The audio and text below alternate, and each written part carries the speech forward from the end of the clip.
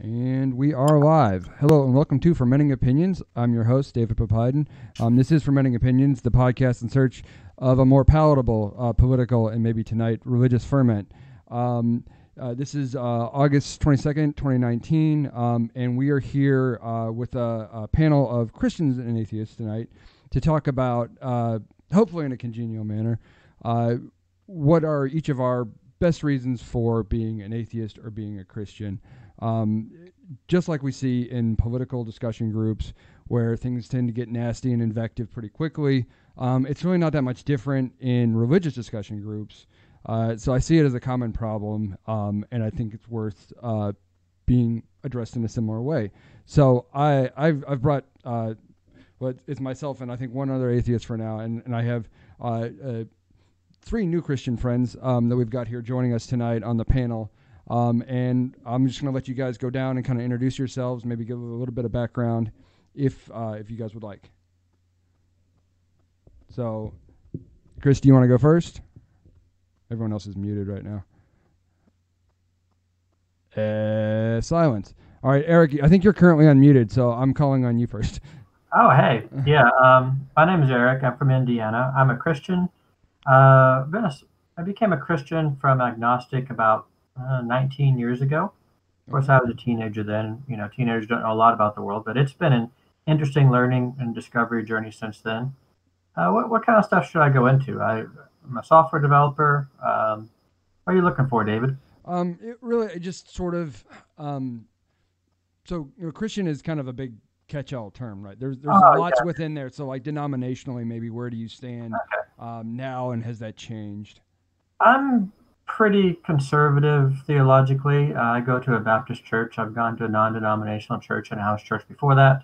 I'm not strict on any particular denomination. So I think the Christian Bible is true as best as we can tell. So I base my life around that. Gotcha. Okay. Who wants to go? Chris has currently lost audio. He's working on his little tech issues there. Derek, do you want to go next? Sure. So my name is Derek. I'm also, like William, located in Tennessee.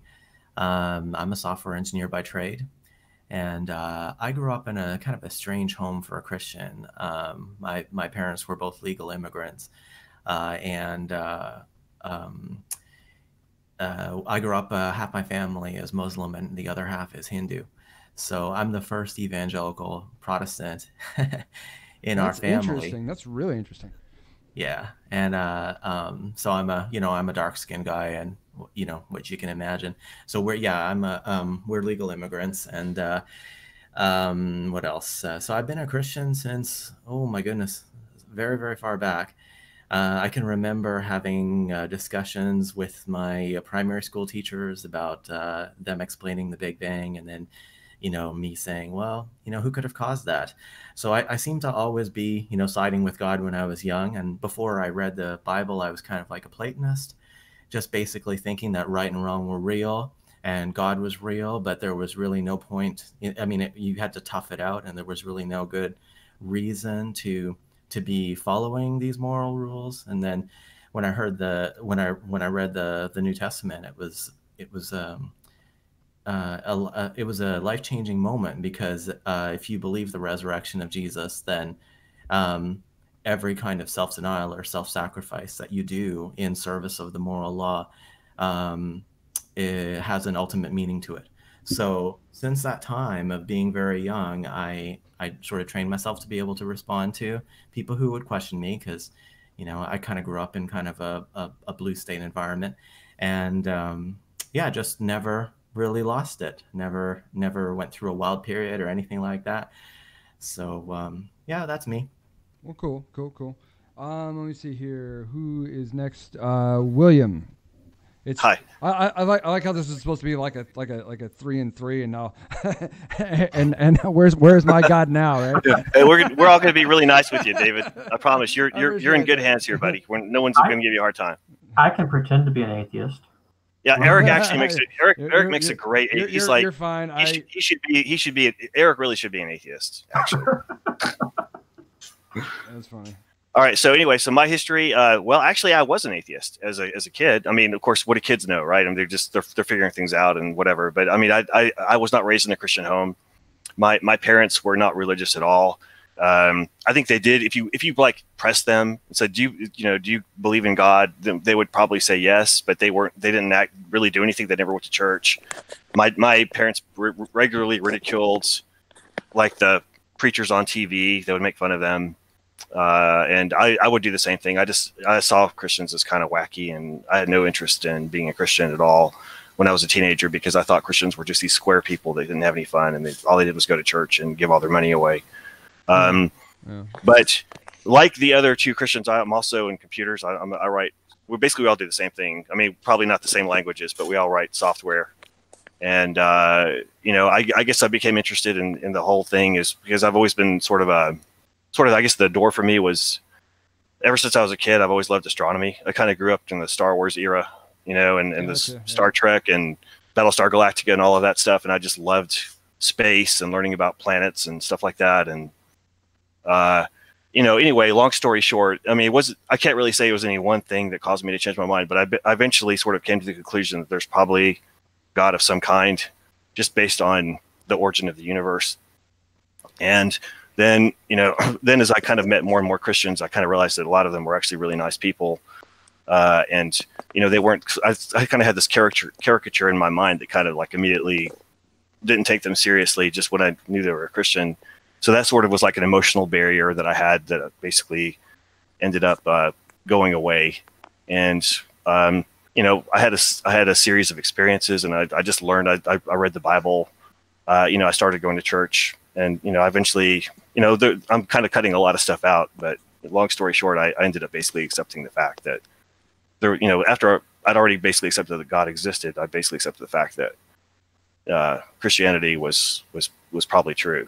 And really, it wasn't actually until after I became a Christian that I really got interested in apologetics. It was kind of like a weak Christian in the 90s. I became a Christian when I was like in my mid 20s, and I would always love to hear people talk about why are you a Christian or why are you not a Christian, and I'd go online and I'd hear people kind of go back and forth, and I didn't know what I was talking about. I mean, I would like say, well, maybe Christianity is true because of X, Y, and Z, and then people would shoot me down, and that's just dumb. That's not a good argument. But then somebody else would like step up, and they would say, well, consider this, and like I got really interested in the back and forth, and that's kind of how I became interested in apologetics. So, and then as I became more and more interested in apologetics, I sort of became more and more passionate and about it. Really, I just think the thing is just really interesting. I mean, if God does exist, that's the most interesting thing of all. If we're created for some kind of a reason. So that's kind of my story in a nutshell. Certainly, very cool. Chris, are you working? Is your audio up and rocking and rolling? Yeah, I bounced for a second. I was trying to resend the link to Ben, but yeah, Ben's having some trouble. Hang on, I'm going to work on tech stuff. You guys, please, if you would. Chris, you want to tell us your story? Yeah, basically sort of your basic background, and we're not really getting into reasons or defenses or anything like that right now. Just kind of a little bit about yourself. Maybe you grew up Christian. Maybe you were always an atheist. Where how did you come about, essentially? Okay, yeah, I was born and raised Christian, basically. My dad is a minister. He's a Presbyterian pastor, teaching elder, PCA. We started out Baptist. I guess we progressed we started off like backwoods fundamental Baptist, King James only, when I was, a young child. And then we progressed to more like a Southern Baptist. Then we became Reformed Baptist. Then my dad moved to Presbyterian and took a Presbyterian church. He went to seminary when I was a kid, so we relocated for 4 years up to northern Wisconsin. Then we moved back down when he graduated, and that's when he started roles at churches in the South down here in Georgia. I grew up small town, graduated, went into the construction field, and then always wanted to be like a rock star of some type, and then finally found opportunities to go out and check out this modern mainstream pop bubblegum country stuff that's blown up, and had a lot of fun with it for a while. Got to see the country and got paid to do it. So, and then long story short, kind of came to an end with being diagnosed with like a brain tumor that was growing, and then having to have a couple surgeries on that. And then this past year we had the birth of our son, so first child. So that's kind of where I'm at right now. Congratulations again, by the way, and also recovering from your surgery. I had the good. I don't know if you call it serendipity, maybe, but that I got to meet Chris when he was coming down to Vanderbilt in Nashville for his surgery, and I got to go and see him and hang out with him sort of the night before downtown. We had a good time, so I got to meet his folks. Good people. That was a good night. We won trivia that night too. Yeah, we did. We sure did. Gotcha. Sorry, guys. I am still hammering through some tech issues here, which is why I try to do this before we get started. Let me punch this in. I'm going to see if I can get this guy in here. Chris, you said you were an atheist, right? Oh, yeah, my bad. I did. Yeah. Yeah. Forgot that part. Like, I guess I left out a part. No, sometimes nowadays, the more I've got into the philosophical world with the Christians, I kind of let them define me, because I think of myself as an agnostic. I think sometimes I've heard the term, I've been told like I'm an agnostic atheist. So I don't know. I'm not opposed. I don't say there's no God. I have a hard time these days believing Jesus was divine. Gotcha. Oh, who do we got here? We got Dennis. What's up, Dennis? What's up? Hey, there he is. I think this is the first time I've actually heard you. I know you don't have a camera on, but this is the first time. I've known Chris and Dennis and Ben, if we can get them to join, for at least a year or so. And I think we sort of talk apologetics, counter apologetics, and this little like private discussion group that we have, and we go over arguments and things like that. So I've known these guys for a little while now, but this is my first time getting to interact with him, so I'm a little bit excited about that. Let me punch in one more email address in the last desperate hope of getting someone else on the call. And I've got to get up to date on the headset and computer and everything. I really want to get more into these Hangouts. Yeah, I mean, they're fun, man. Like, and it's not about like none of us like need to be, some kind of professional philosopher, apologist, politician, pundit, whatever. Like the idea is to have real conversations with just, real regular people.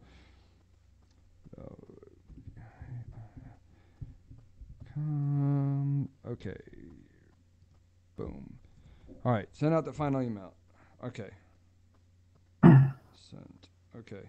Okay. So Dennis, I think, is sort of indisposed right now, and he can't really participate quite yet.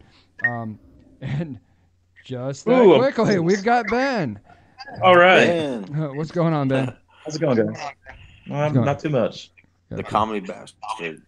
Yeah, there he is. Yeah. We'll get into that in a second. Ben, do you have headphones? I do not, actually. Oh, man. Oh, jeez. Okay. Yeah, I'm switching over to that. Because you see that, can you hear the echo? I can hear myself through your speaker.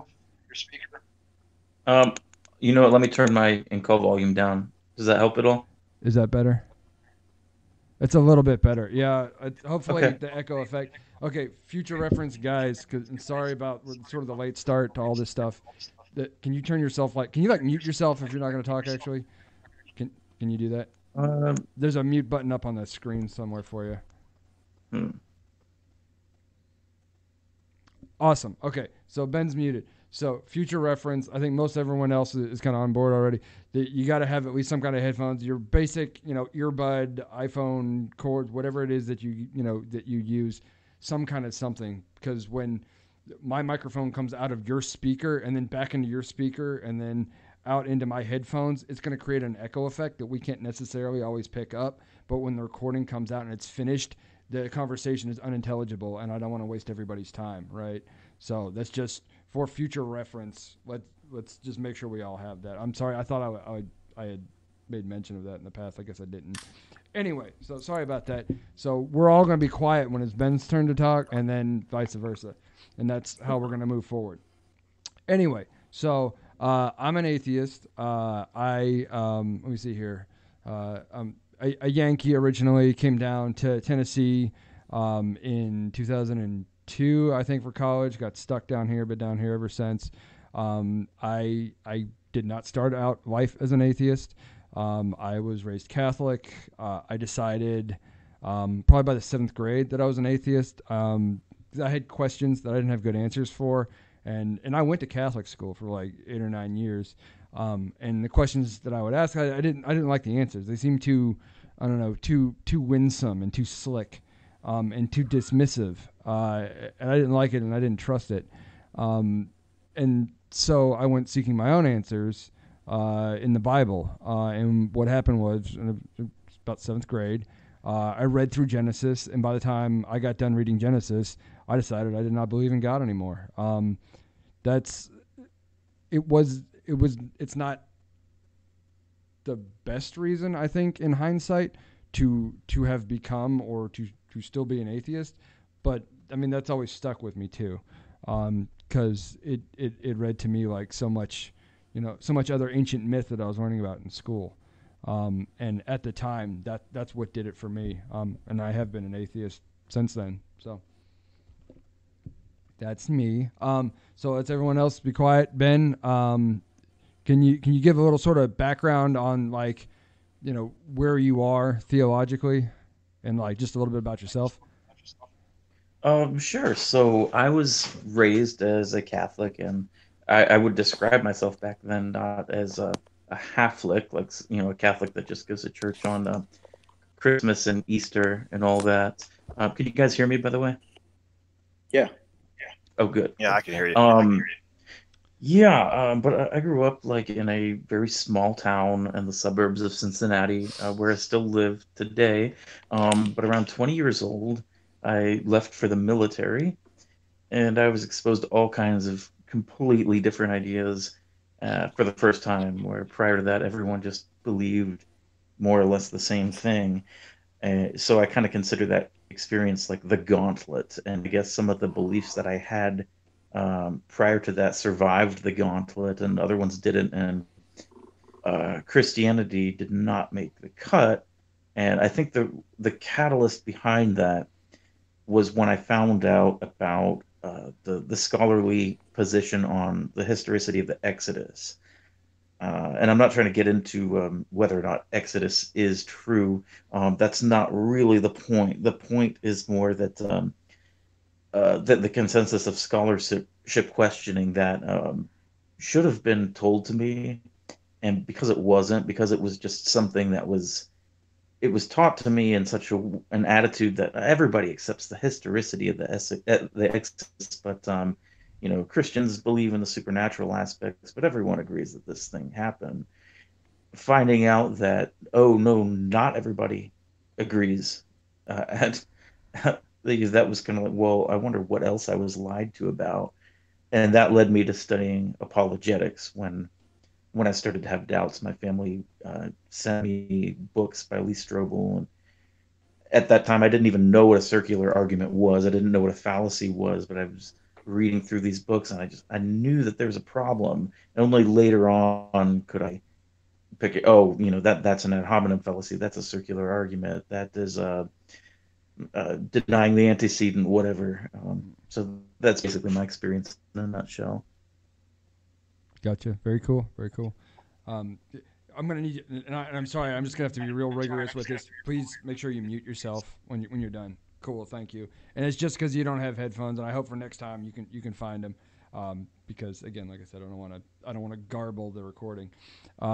So okay, we've kind of done our intros. Dennis is gonna join us later. Hopefully once he's free, but he is in the call and hopefully listening and stuff.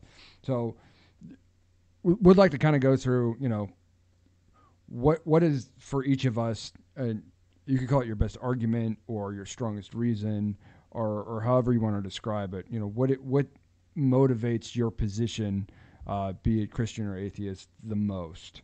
And I don't know if anybody in particular wants to go first. Go ahead.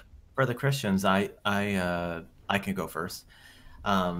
If that's okay with Eric and William, they're both muted. I'm thinking it's okay. Yeah, I see thumbs up. Okay. Yeah, it's okay. Yeah, so for me, like I can remember in grade 1, my public school. I was all public schools all the way, and I remember my first grade teacher explaining to me about the beginning of the universe, and me kind of feeling sorry for God that he didn't get mentioned in this account of how the universe began. So I stood up in my classroom and said, "Well, who caused that?"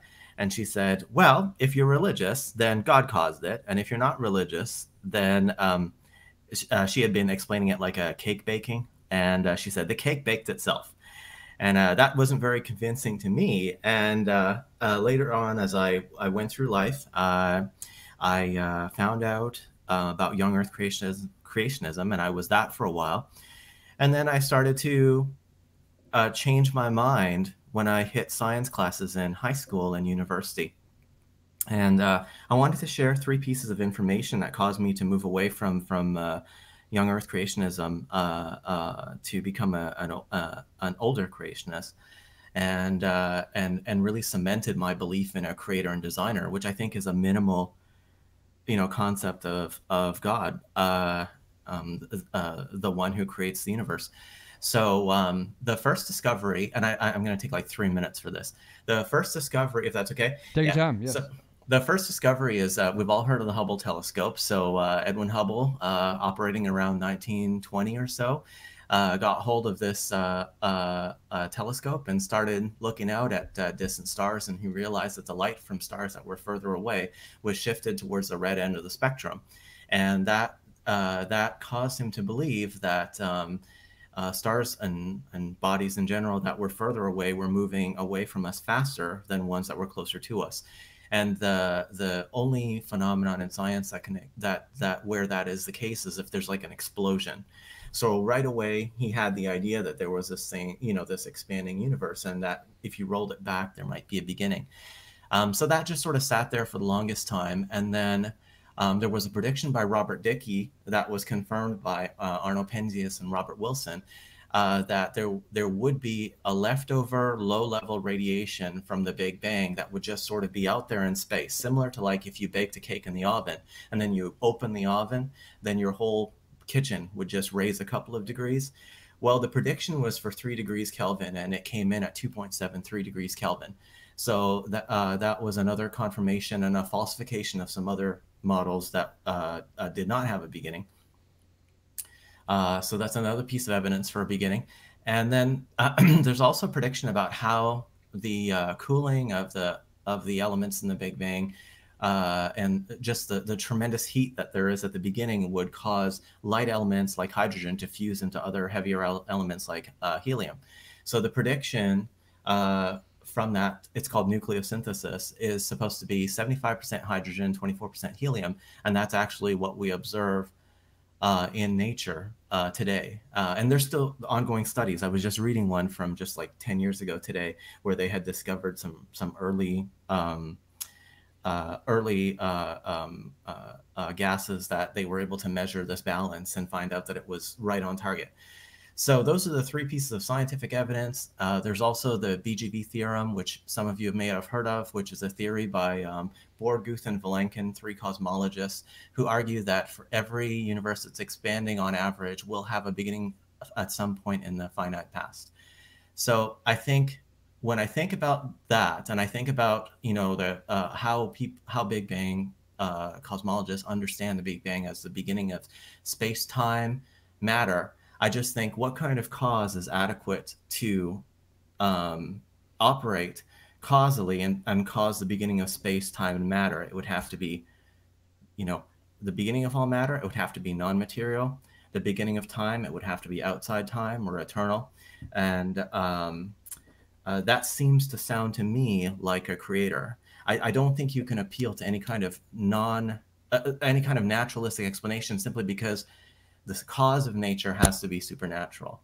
So I guess that for me was very convincing. And like I said, I've been holding onto that argument for a long time. And it did change me from being a young Earth creationist. But now I feel that having had it questioned by many people and continuing to read all the evidence, it seems to have stuck. So that's mine. I hope that makes sense to you and I explained it correctly. Yeah, I think I follow basically. That's a lot of detail, and I think that's cool that you're that thorough about it. But yeah, really having to do this is sort of I guess your, I don't want to say your take, because it sounds a lot like, you know, the cosmological argument. Yeah, okay. Did anybody have any thoughts on that, Chris or Ben, or any of you Christian fellows as well? So. No, I mean, I had a little similarities. Oh, we got the echo. Yeah, that's. Hey, Chris, go ahead, and then we'll go to Ben. How about that? Yeah, no, I was just, I can relate to I started off for young Earth creation for most of my young life, you know, and then, yeah, like really having to come to terms as I got older. Gotcha. I had one, I guess, question on the sort of the young Earth versus old Earth thing, and just curious, and then I'll go to Ben. But just curious what your thoughts were on it, because I've spent a lot of time in conversations with young Earth creationists, and they talk about things. I don't know with regards to, you know, the redshift or light from stars in general, that like couldn't it have been that God had created, you know, this effect along with the position of the stars and other celestial bodies, you know, to give it the appearance of being. How can you rule that out necessarily? So I was wondering how someone who is older responds to that. Well, I think what I'd like to do when I'm thinking about my worldview is I would like to do the investigation kind of naturalistically, like without involving God, and get to the facts, and then decide what is the best explanation of those facts. Now, if I could come up with a naturalistic explanation of the origin of the entire natural world, I would take it. But I just can't conceive of that, and I'm so open. Obviously, I you know, I let evidence, you know, change my mind, and I'm not worried about how that's going to horrify my Christian friends, and it did. But I think you know, to reply to them, I would say I don't want to explain away the evidence. I want to adjust my beliefs to what the evidence says. So that's kind of how I would respond to it. Okay. Ben. Oh wait, let's let Ben go first, and then we'll go to Eric. As explaining that before, there was something that you said that's still sticking in my mind. You said, you know, outside nature, outside time, etc., and then you said that sounds a lot like a creator. In what way does that sound like a creator? Could you elaborate on that? Well, yes. So if you're thinking about like, I have a quotation handy that I'm going to take from an atheistic cosmologist named Stephen Hawking. And he says this, he goes, almost everyone now believes that the universe and time itself had a beginning at the Big Bang. I think when I'm thinking about the beginning of the universe, I'm thinking, oh, he's talking about, you know, all that exists, space, time, matter, and energy. And he even mentions that time itself has a beginning at the Big Bang. So I'm just working backwards from that and thinking, what kind of cause is adequate to explain the origin of all space, time, matter, and energy? And the problem I have with this is there's another law called the first law of thermodynamics that says that matter can neither be created nor destroyed. So scientifically speaking, we're out of options in terms of what can cause the origin of matter. And so that's why I'm thinking the creator of all matter, I would call that a creator. And that's where that comes from, if that makes sense. But my question is more, how do you know that a creator has those traits? Which traits? It's deducing from the effect. So Let me try this again.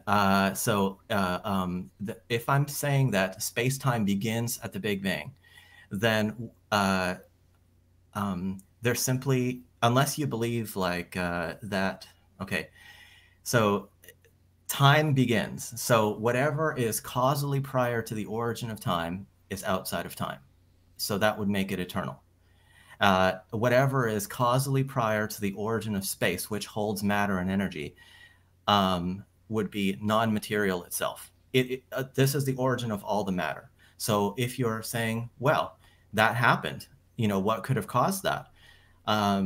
You're looking for something that isn't what is beginning to exist. Does that make sense? I'm probably not explaining it very well. No, I understand that.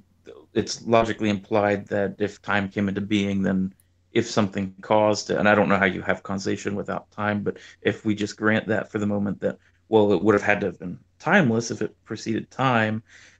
The question that I'm really digging at is, how do you know that that set of traits, whatever it is, maps onto this thing that you're calling a creator? Okay, I feel like I'm going to be repeating myself if I say something, so I want to ask if Eric and William has anything to add. It's okay. We can probably move on after this one. Again, we're not. No one's going to change anybody's mind about anything tonight. That's the first thing we need to understand about what we're doing here. I think a timeless, immaterial mind that caused the universe is equivalent to the definition of God. I mean, I think that's what most people mean when they say God. Okay, yeah, I mean, I hate to do this where it's like, okay, everyone be quiet now. Ben, you talk. We've got this back and forth. I feel like Ben is probably wanting to respond to that though. So I'll let him do one more to what you said, and then we'll probably move on after that. Okay, Ben. Yeah, immaterial mind. Is that a meaningful concept? That's because I mean, maybe not. Well, I think we have some evidence that our own minds have an immaterial nature to them. I'm a computer programmer by trade. I can't write, a function that feels happy or any of the qualia that philosophers talk about. So, I mean, even to our minds, there has to be something else besides just chemicals and electricity. If you're an atheist, you could say, well, maybe there's some other particle we haven't discovered that, is part of our brains that brings these things into play. But, I think we can at least say that there's more than the known material substance that makes us. Does that make sense? If I could interject briefly, I think this comes down to sort of the distinctions between materialist and naturalist, because I guess I would call myself a naturalist, but I do agree that immaterial things may exist, things like thoughts, ideas, consciousness, but if they exist, they exist for via naturalistic methods essentially. We have consciousness is an emergent property of the function of our brains, and that's where all of what we're describing as ideas are, as being immaterial. That, I guess that's how I look at it. But Ben, Chris, do you guys agree, disagree with that, or? Yeah, I mean, I'm still agnostic on a lot of things. I mean, I lean towards naturalism, but I'm definitely open to the supernatural.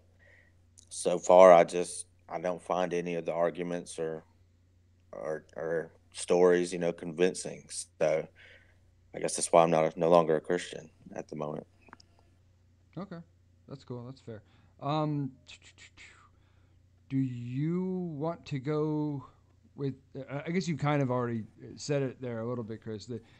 Essentially that you're in sort of this agnostic territory, and it's because you're essentially not persuaded by theistic arguments. Is there anything else to that? Is there something stronger or any one among those that stand out the most to you? Because I know we do this like Christian and atheist thing, like those are the only two options in town. Like there are a bunch of options. Like we just tend to kind of forget about the others because we're just not taking them seriously because of culturally where we're located. I think for the most part.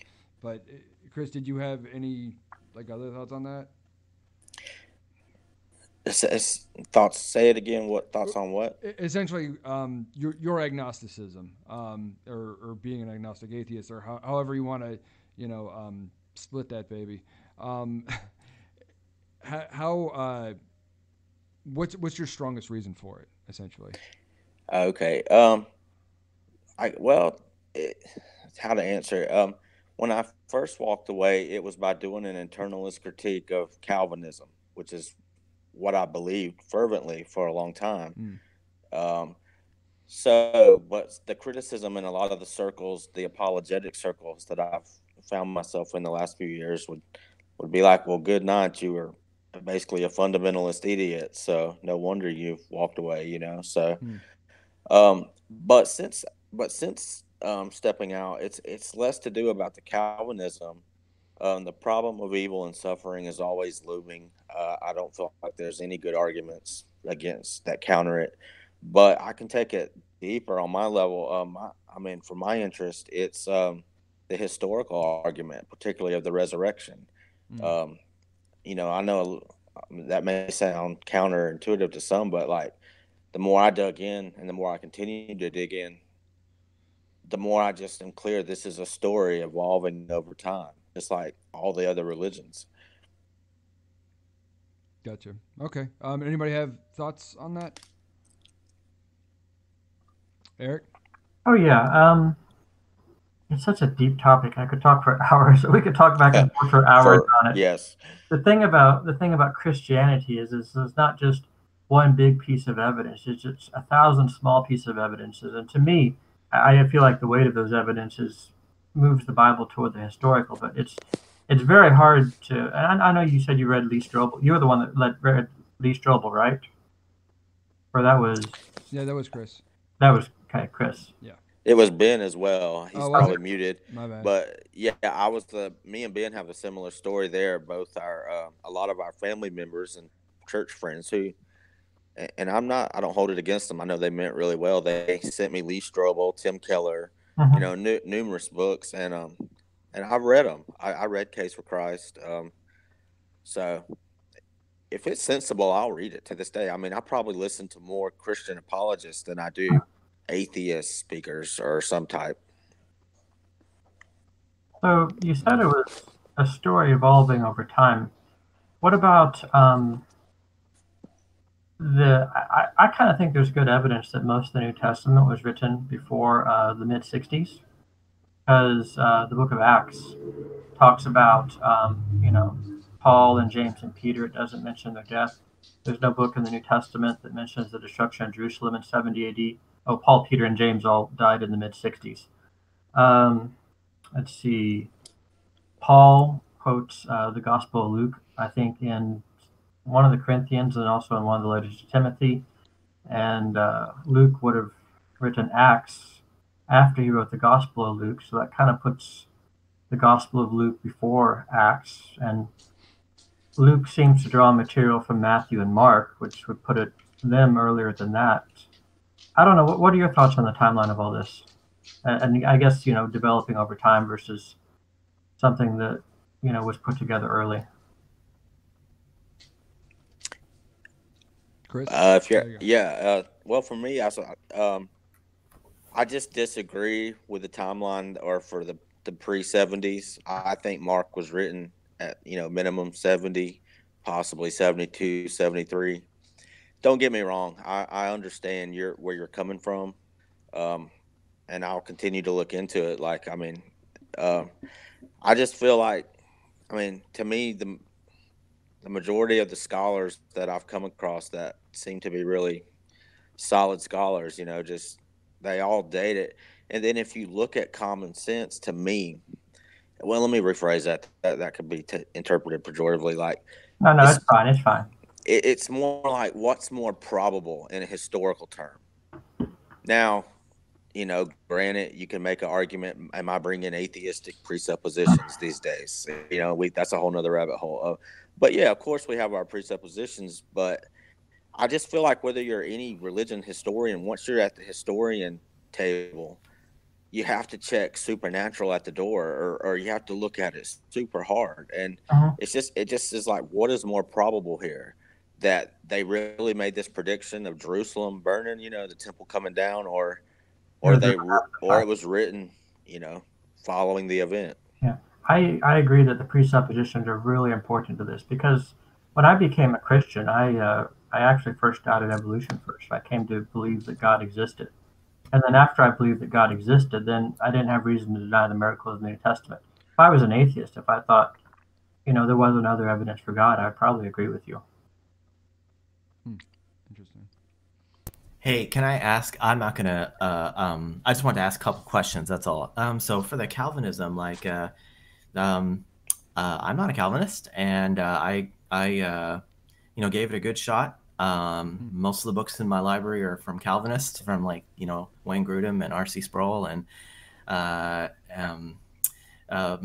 Millard Erickson. But I feel very comfortable not being Calvinist. I don't know if Eric and William want to speak up about what they think about it, but you can definitely be a real conservative Christian and not necessarily commit to that. But what were you going to say about? I was going to ask you about evil. What sort of evil bothers you most? Is it evil that you've experienced, that's come from other people, or is it like natural disasters and sicknesses type evil? Is that to me? Yeah. Yeah, it's not so much a personal experience, even though there is those. It's just the problem as a whole. Particularly when I was in Calvinism, knowing that God has created all this and set everything in motion and has predestined these events, I just couldn't square the circle. Like, God has created child sodomy in this world, and He's all loving, and He sits out. He watches. And not only watches, but He orchestrates these events. Some of the terrorist attacks were happening, and they really stood out to me. I'll tell you one. I'll never forget one of the final straws for me. The moment that it did it was the Paris shooting at the Bataclan. However many years ago that was now. But it just kind of, I was sitting there doing yard work, and it's just like, good night, Cap. It's like God made, under the Calvinist view, God made those terrorists walk in there and shoot that crowd up. Okay, so you're thinking they don't have free will, and so they can't be held responsible for making their own decisions. Yeah, I would get, in a way, yeah. Okay, last question. So for the resurrection, I was just going to ask you, had you ever heard about this early creed in 1 Corinthians 15, verses 3-8? That is... yes, every kind of religion and pagan cult from the time and before in history has had creeds that come from within the year or sooner. It's nothing new whatsoever. It fits right in line with the times. Okay, so just for the benefit of those listening or watching, the allegation is that goes back to within 3 to 5 years of the crucifixion and burial events, and it's based on eyewitness testimony from Paul meeting James and Peter. Yeah. So that's all I had. Yeah, I heard that. I'm not a scholar on Buddhism or Hinduism. I know very little about them, but I'd heard that they went on for hundreds of years as oral tradition before any of it was written down. And I'm not saying the 1 Corinthians Creed was written down 3 to 5 years later. It's probably written down 15 to 25 years later. But are you saying there's like some kind of creed that goes back to like 1 or 2 years, or a few years within the foundings of Hinduism and Buddhism? Derek, you go ahead, and then I think Ben wanted to say something. Oh, he's not asking me. He's asking Chris. Oh, I'm sorry. My bad. For Buddha, I mean, honestly, I don't know much about Buddhism, so I don't know the history of that. I'm just saying that I'd have to pull them up, but like Bart Ehrman talks about it in numerous places on the blog, and other scholars about. You can just see there's plenty of evidence for, all kinds of little cults, other small religions of the day and before, and they would always have creeds and chants and songs and things. Oh yeah, like that. They would.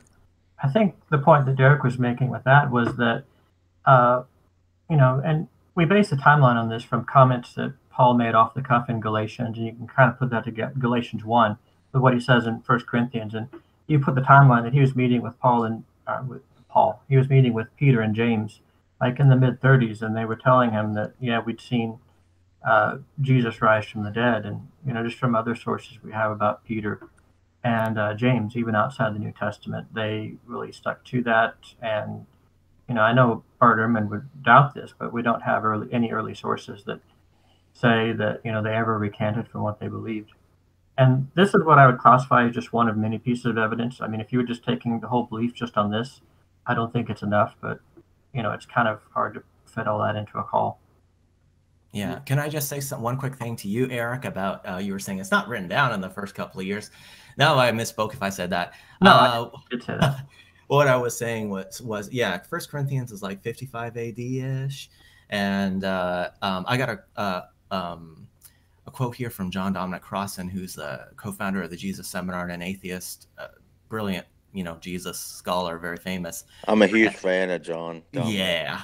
So I like to quote people who are on the other side from me, just because it gives a little extra bit of reliability. He likes the creed. At least he likes the dating of it. This is him. Paul wrote to the Corinthians from Ephesus in the early 50s CE. But he says in 1 Corinthians 15:3 that I handed on to you as of first importance, which I in turn received. The most likely source and time for his reception of that tradition would have been Jerusalem in the early 30s, when, according to Galatians 1, he went up to Jerusalem to visit Peter and stayed with him 15 days.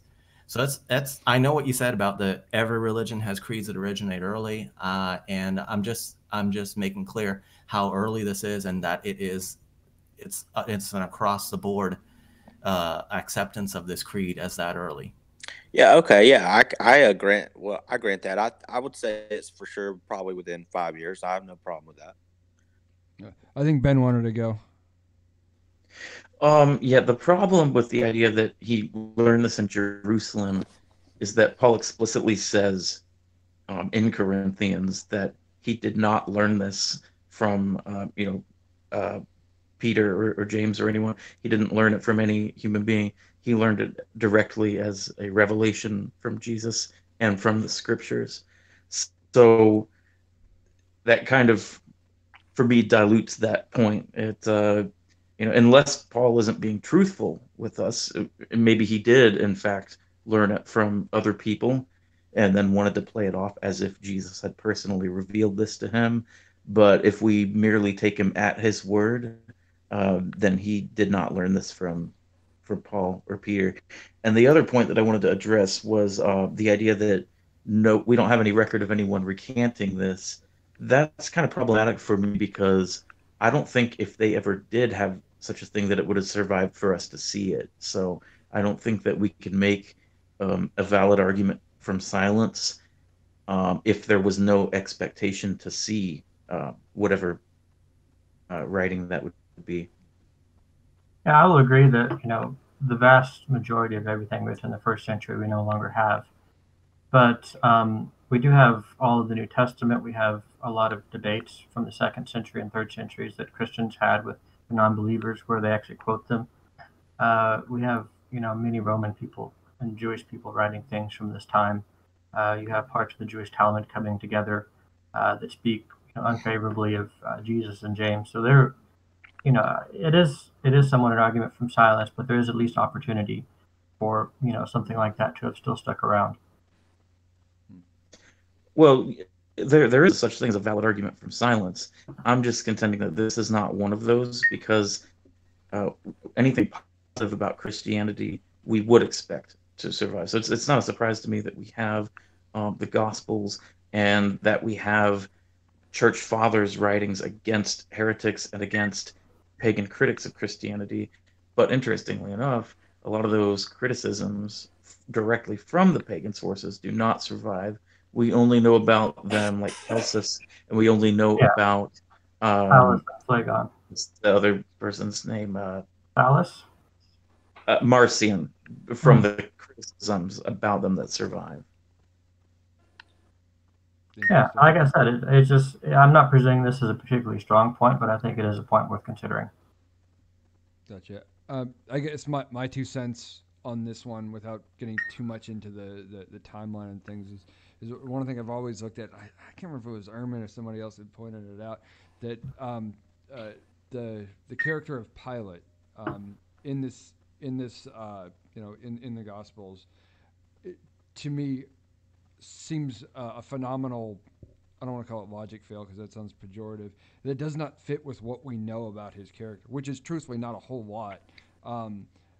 We don't know much about that area and in that time period at all that has survived antiquity.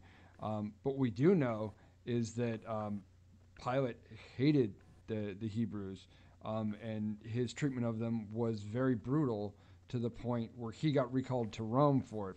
It was a slaughter of some missionary troop or something like. I can't remember exactly. The Samaritans. Yes, the Samaritans. That he set up massacres, and when they would protest, he would put his own soldiers disguised in crowds with knives and stab these guys. He was quite despotic.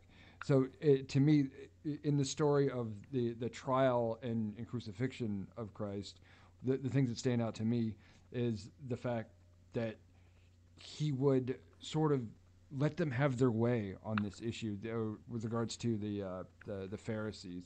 Would let them have their way on this issue rather than say free him to spite them and sow division, so that they could not foment against the Romans.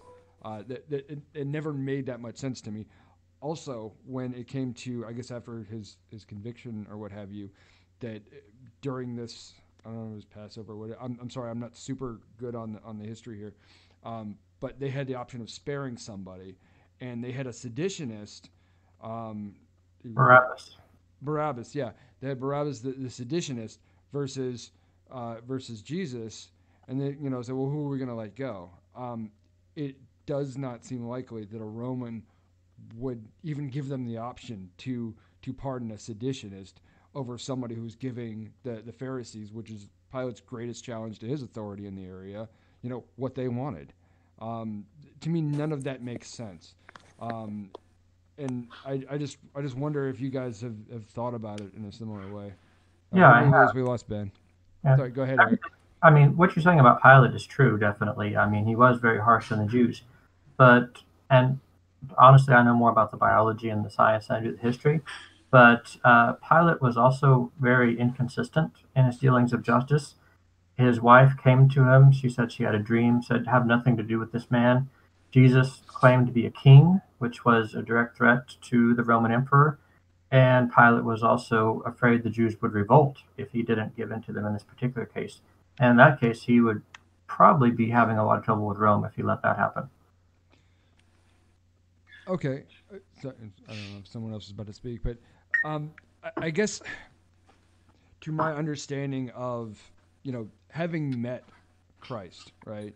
Because he encountered, they spoke. Someone who calls himself, the king or is being called the king, and then you see the guy who, from my reading, comes across as a fairly humble person. I think there's a point to that.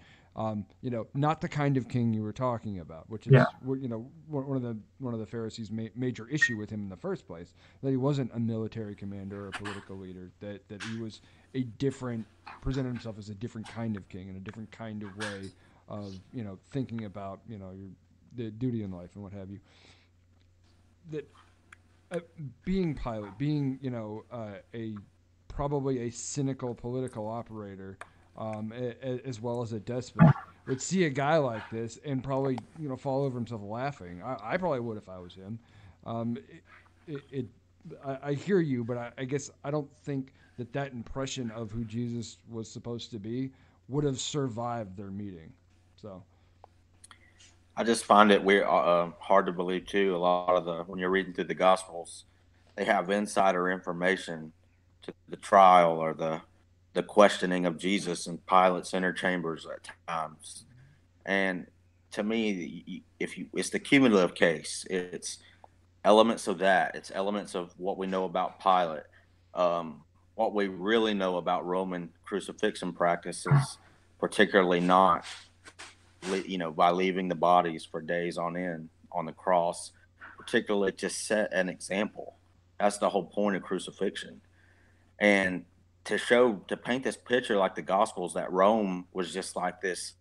I mean, Pilate, I agree with Ehrman completely. Like, over the years, as the Gospels develop, Pilate becomes more and more of this pragmatic, more liberal, nice guy, and, he tries to talk them out of it. And it's just like, no way. I just can't believe that. If the Gospels were written late, whenever Christians were under intense Roman persecution, why would they make Pilate a Roman into a nice guy?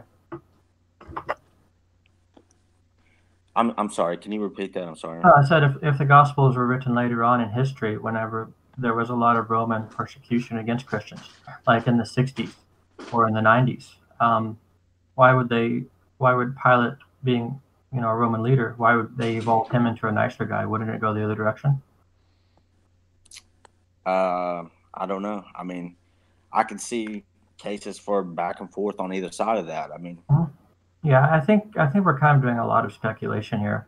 I mean, I admit I'm doing speculation too, where we have this record. These are the parts we know, but there's a lot of details where, the peer pressure and everything else going on.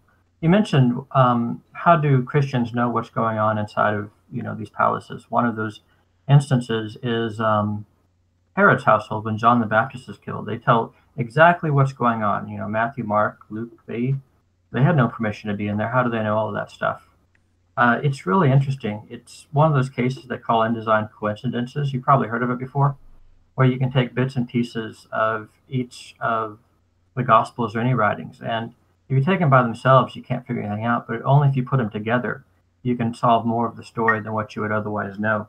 I know with Herod's trial, just Luke, how the gospel writers are. They're always saying, say hi to so-and-so. These people are followers of Jesus. Kind of just these irrelevant details that would only matter to people alive at the time. I think it's in Luke 7 or 8 or 9. He says, so-and-so was the wife of Chusa, the manager of Herod's household. And all of a sudden, you could put together the details and say, oh, the Christians had someone inside of this palace to see what was going on.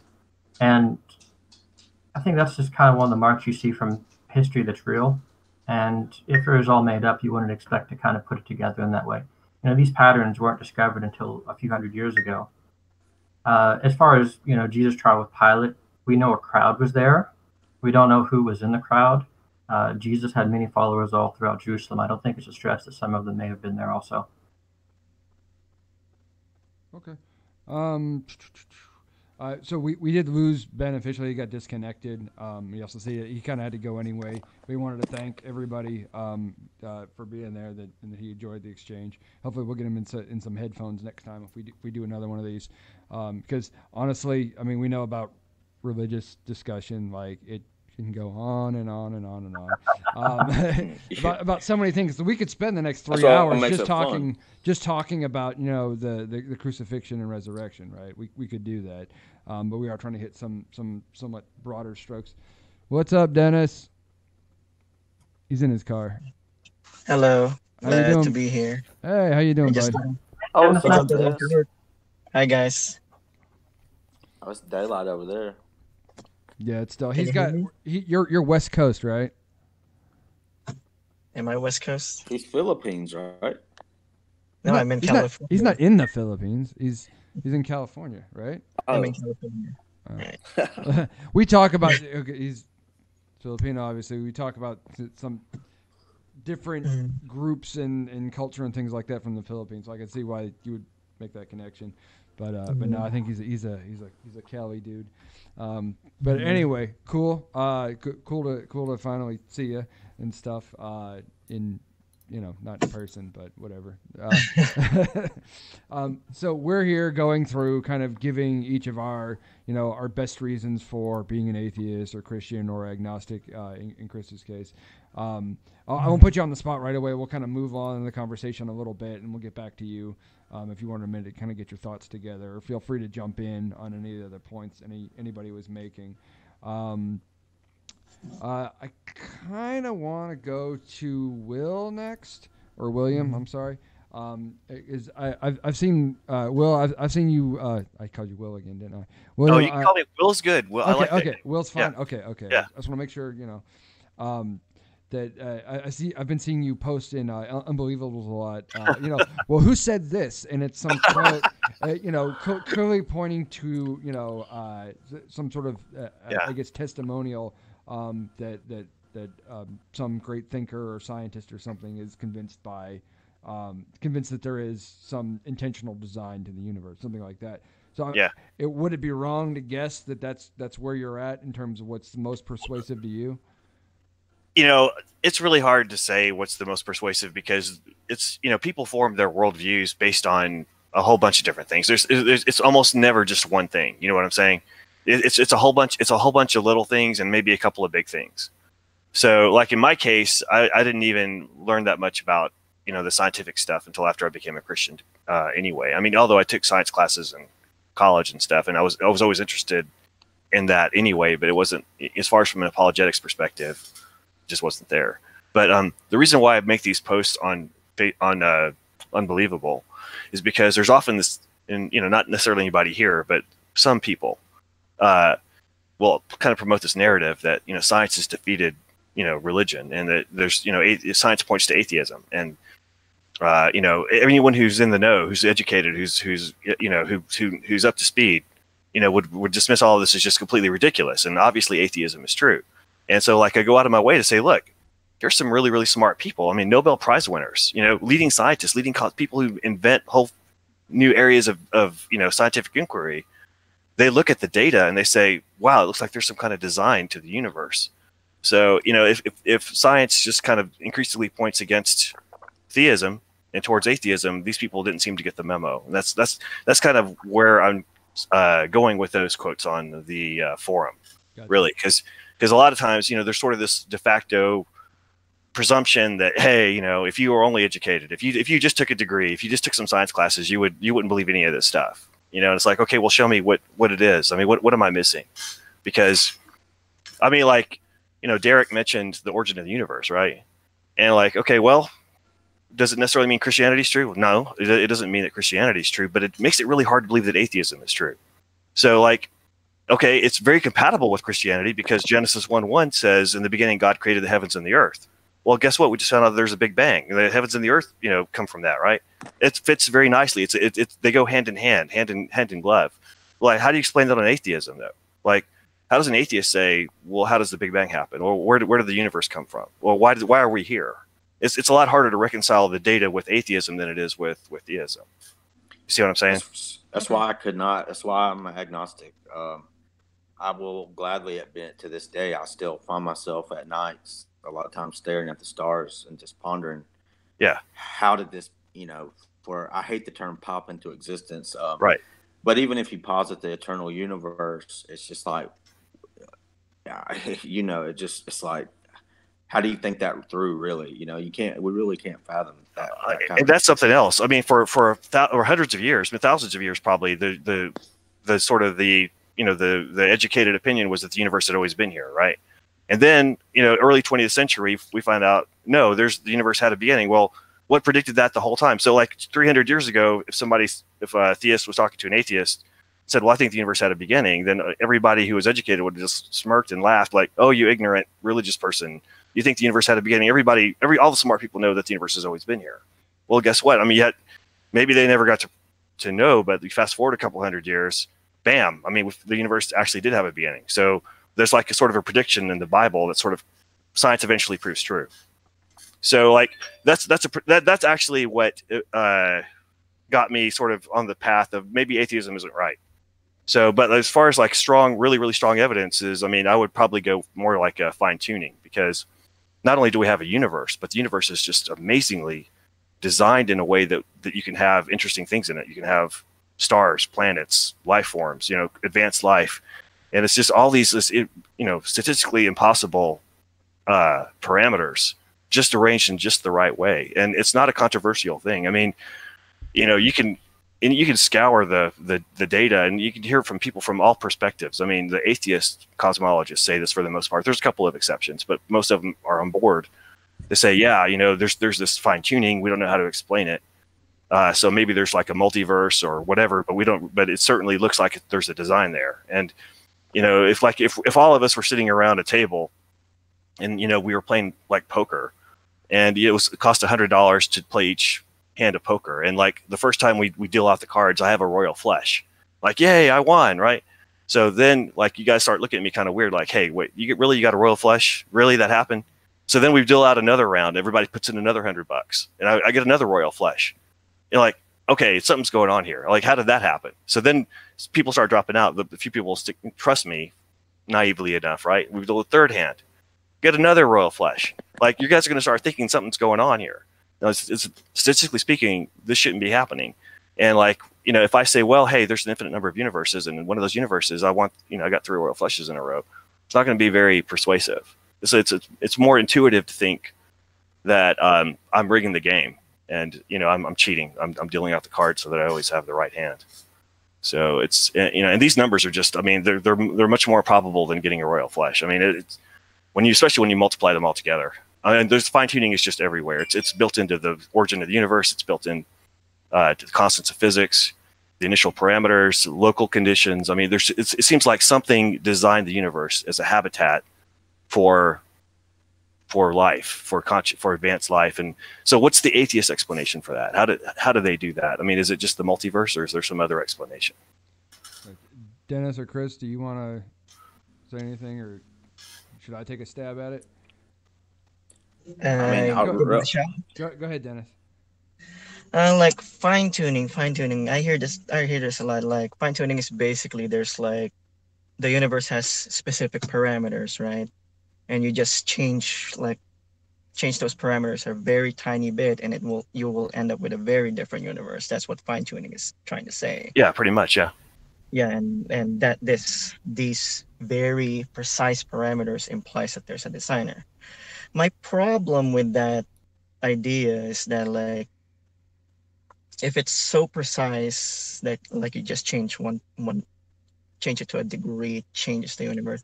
My problem with that is that it seems to imply that God can only make a universe in one very specific way. And that to me implies a weak God that can't do things any other way. That's why I'm not that's one of the reasons why I don't find the fine tuning to be a convincing argument for God. Can I take this one? It's fine. Yeah, absolutely. Okay. Yeah, I mean, God could make a universe where, atoms don't stick together and, you can't have anything useful, and then override that through, I guess, kind of a constant stream of miracles to make everything work. But if we lived in a universe like that, we wouldn't have predictable laws. We wouldn't be able to do science. We wouldn't be able to discover things. So I guess that's kind of the trade-off, if that makes sense. And I do want to clarify that there's not just one set of parameters that allows a universe to work. The argument is that only a very small subset of them will, and we find ourselves in that subset. And some of them are set a certain way that allow us to exist. Others are like the fine structure constant. You could actually vary that up and down a little ways, and you'd still get life. But we have a particular value that makes microscopes work, and electric motors and generators and transformers more efficient, and open air fires burn so that the fire will keep going, but it doesn't. Everything is not so flammable that the fire consumes a continent. Sorry, can't talk. So I'm getting a little off track here. Sorry about that. But I think that God could do it that way, but there's the trade-off that you couldn't do science in a universe like that because everything would be powered by miracles constantly. I just want to say one quick thing about the fine-tuning argument. I don't know if people are I think when people say fine-tuning, they think, well, some people think that if you change things very slightly that you get a different universe. And the key thing about the fine-tuning argument is that the prerequisites for life of any conceivable kind under the current laws of physics and with the current periodic table disappears. So for example, if you make the gravitational constant a bit stronger, you may cause the universe to recollapse into a hot fireball. Or if you make it a bit weaker, it may expand so fast that stars and planets don't form. So we don't have a stable, source of heat. Another one would be the strong force. If you make it stronger, then all the hydrogens, want to stick to one another, and you run out of hydrogen, so you can't make things like water. If you make it a little bit weaker, then hydrogens don't want to bond with anybody, and you have only hydrogen in the universe, and you can't make carbon. You can't make carbon-based life. So that's just for clarification. People probably already knew that, but just to clarify a little bit on what William said, that's the issue. Is having a universe that supports life. Gotcha. That's it. Thank you for that clarification, because I know there's a lot in there. The one thing I always think about, when I hear this argument, and I'm sure you guys have seen and I hate it because it's a meme now, but it used to be a cartoon of I guess it was like some kind of sludge or something that had like evolved in a little puddle. Douglas Adams puddle analogy. Yeah, and it perfectly fit the contours of the puddle and declared, how magnificently, it was designed, when it just kind of happened to, come together that way because of the conditions of the universe. One of the things that I think about, first of all, it's an interesting point about the parameters, but whether or not they're, what we call life permitting or universe permitting at all, I think kind of falls into two different categories. But in terms of what's life permitting, at least, we're talking about the kind of life like we understand it, right? Carbon-based, that, our biological needs, right? That it matches all these things. It turned out the way it did, and, from a naturalistic perspective, life was able to develop given those conditions. If the conditions were different, maybe something not even recognizable as life to us currently, that may have been the case as well. It gets a little bit weirder when we're talking about, whether or not these constants are universe permitting at all. And to that, I guess it's not too much different, really, in the sense that it's like saying, being incredulous of, the odds of winning the lottery after you've won the lottery. This is what it is, and we can marvel at the unlikeliness, but here it is, and that doesn't get us to some deductive conclusion that it could not have happened, or that it could have happened differently in the first place. I guess that's what I'm trying to say. So here's how I would respond. So, like, in terms of, one of the things you said about life being different if the parameters were different. I mean, the thing is, if you change these parameters, really just even just a smidgen. I mean, it's not a situation of, well, you have a different form of life. Maybe we have a green skin. Maybe we have 5 eyes or something. You don't even have chemistry. You don't have stars or planets. I mean, so whatever kind of life you could imagine, it would basically have to exist with like none of the building blocks that we have now. It's very hard to imagine what kind of life could exist, like, for example, in a universe that was just a massive black hole, right? Sure. Which would be like a big chunk of the universes that aren't fine-tuned, because the matter would just recollapse back on itself after the initial expansion. But the other thing you mentioned, man, I'm drawing a blank. What was the last thing you said? It was what was the last point? Like the lottery analogy. Oh yeah, the lottery, right? So like, sure, somebody's got to win the lottery, right? So we shouldn't be surprised that somebody won the lottery, right? I mean, somebody had to win, right? So, but the thing is, what if you have millions of people buying lottery tickets? So, all right, you have to say, well, there's enough universes out there that one of them just got it right. And the other thing is, I would say, is that the statistics here are much greater than winning the lottery. So what if somebody went to all 50 states and bought tickets and they won the lottery in all 50 states? What would you think then? Would you think, well, hey, somebody had to win the lottery in all 50 states? Like, no, that's not really realistic. I mean, this guy's cheating. He's hacking into a computer system. I'm sorry. I don't mean to cut in on you. Yeah, no, it's fine. It's not realistic to think that that's possible without cheating, but it's also not proof of cheating. You see what I'm saying? Right. Well, I guess if there's enough you would investigate the guy, right? And obviously, if you uncovered, assuming a guy, if you investigated and the guy was cleared, then what will we have? A guy who won the lottery in all 50 states, and you're going, how is that possible? And we can't figure out any way he cheated. Right, but we're talking. But the reason why we would be suspicious is because the numbers would be so astronomically against that. That, like, to think that was just luck would really, really stretch the imagination. And some of these numbers are really big. I don't know if you remember, but somebody posted a video of what was that guy's name? Penrose? Penrose. He was talking about the one of the initial parameters of the universe being the low entropy state, right? And it was like 1 and 10 to the 123. Yeah, 123, right? And that number is so big that if you tried to write it on every single particle in the universe, you would run out of particles in the universe before you wrote out the number. If you're using one particle in the universe to represent 0. Yeah. If you wrote like a 0 on each particle in the universe, you would run out of particles before you actually wrote out the full number. And it's like, well, that's just too much. I mean, it's too much to ask somebody if that's the price you have to pay in order to sort of run away from an intentional design of the universe. That seems like a very high price to pay. It doesn't seem like a reasonable way to go.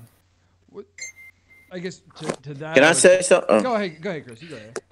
I mean, one of the things it's like define life first. Something that metabolizes and reproduces, maybe. Would that be a good definition? Do you think? I don't know. We can go with it for sure. But Well, I'm I would saying you hardly ever hear a good coherent definition that's going to pass rigorous inspection for a definition of life when you start throwing out all the rules for life. And I don't know. I just always find that interesting. And we always talk about these parameters of just barely nudging that dial just a little bit. Well, it's like I'm kind of with Sean Carroll. It's like, what if you just take the dial F and crank it to 11? I mean, how do we know what happens? We just don't have enough information. We can make simulations. That's what we generally do. I mean, that's kind of how they get make these conclusions in the papers where they study this in the physics journals. I don't think it takes a lot of imagination to, Derek mentioned the strong nuclear force earlier. This is what holds protons and neutrons together. If you take that too low, well, we know how much protons push against each other because they're all positively charged. If you don't have something stronger than that to hold the atom together, you're just going to fall apart, and your universe is just protons and neutrons that aren't coming together to form any atoms besides hydrogen. Can I ask a question about that? Yeah, that's crazy. That's awesome. What makes the strong nuclear force, whatever to whatever degree that it is, versus it being of any other strength? Why is it that way and not some other way? We don't really know. See, and that's, I guess, rhetorically, that's where I'm at. I don't necessarily know why. Why is there something rather than nothing? Why does the universe seem to stick together fairly well versus being catastrophically different and not life permitting, not universe permitting as we can even imagine it, right? I don't know, but it is that way. And if we're seeking causality, to me, being, I guess, incredulous at the improbability that this could have happened without without some kind of directed guidance, that's not enough. That's not enough for me to get there. And that's fair. The way I would frame it is, I think it doesn't rule it out either, but it's just not enough for me. The way I'd frame the fine-tuning argument is that the fine-tuning we see is more consistent with the universe being designed by a mind than it is having occurred without planning and foresight. But if we don't know why it is what it is versus any other way, I don't know how we can ascribe that as more or less likely anything. Yeah, there could be another law that creates the strong force below it that we haven't discovered. Particles smaller than quarks, and all the other stuff. Particles all the way down. Yeah, particles all the way down. There you go. Isn't this a situation though where like the person who is like, say you were inventing the game of football and you go, okay, it's going to be 10 yards to get a first down, right? Isn't this a situation where like constants, like the gravitational constant and the mass of a proton are just going to be decided by whoever's making the stage? Either them or something smaller. It just has to. I don't think it could be particles all the way down. I don't think that makes sense. But whether it's these are the fundamentals or there's something smaller that's fundamental, you got to have fundamentals somewhere, I would think. And it doesn't seem like the values that we have of these physical constants are a logical necessity. I can sit down and write a computer simulation where they have very different values, and nothing about that's going to crash. Nothing about that violates logic. And even if I were to make a computer simulation where there were other things that were smaller, more fundamental, that gave these values, they too would also have to be fine-tuned. Because maybe you could say maybe there's a way that it all derives from one simple formula, but as far as we can tell, we're not even to the beginning of even figuring out how that could be. Yeah, I mean, in that sense, I'm sorry. I'm just saying, in that sense, I'm comfortable saying, I don't know, and I'm certainly not a cosmologist. And I just play one. I had what is it? It's like what they say about quantum physics, right? Anybody who professes to understand it doesn't. And that I'm kind of there with that. I can put a big old question mark there and say, I'm not entirely sure. It's something, that I'm not necessarily ruling in favor of one or the other. But again, I'm just reiterating my position. Anybody else had other thoughts on that? Or otherwise we might move on. Can I add something to that? Yeah. Yeah. So we talk about protons, gravity, entropy, and all that, but those are like elements in our universe, right? And so we talk about if you change that, like life may not exist, the universe will appear differently. But I think a better way to frame what I think about the fine-tuning argument would be can God create life without those same elements, like gravity or like entropy or evolution, and can he create something totally different, and then in that totally different universe that we can't even imagine, can he make life work in that universe? Yeah, I would think there's trillions upon trillions of other ways of building reality with things very different than atoms, just any way you can imagine it. But the way I would put it is there's it's like writing a book, right? I mean, there's if you want to write a novel, there's a whole bunch of different ways you could write a novel. You could write all kinds of novels, right? But the vast majority of, if you just had a random, letters that were generated by monkeys on typewriters or random letter generators, the vast majority of novel length character documents would be gibberish and nonsensical, right? But you could still have trillions and trillions of interesting novels with design behind it, someone intentionally putting the characters in order that make sense, basically. Well, makes sense for us in our universe with the things that we know about this universe. Yeah, it will only make sense if it's made the way, like this. But what I'm asking is that can God make it a totally different way? Totally different, not even doesn't even involve entropy, evolution, carbon, or anything. I think so. I think you will. I mean, because not everybody believes this. I mean, but me personally, I think there's going to be a new creation. There's going to be a new universe, and the new universes will probably have a completely different law of physics. The entropy may not even exist. I mean, things may not ever decay. Things may last forever. And then life will exist in a totally different form from our universe, right? Exactly. We'll be immortal. So if that's the case, if God can do that, then the parameters that we have in our known universe becomes irrelevant in terms of making it your path to concluding that it leads to God, because God can do anything. Right. Even a universe that's not carbon based, physics based, or protons, neutrons, atoms, or even can do anything. Yeah.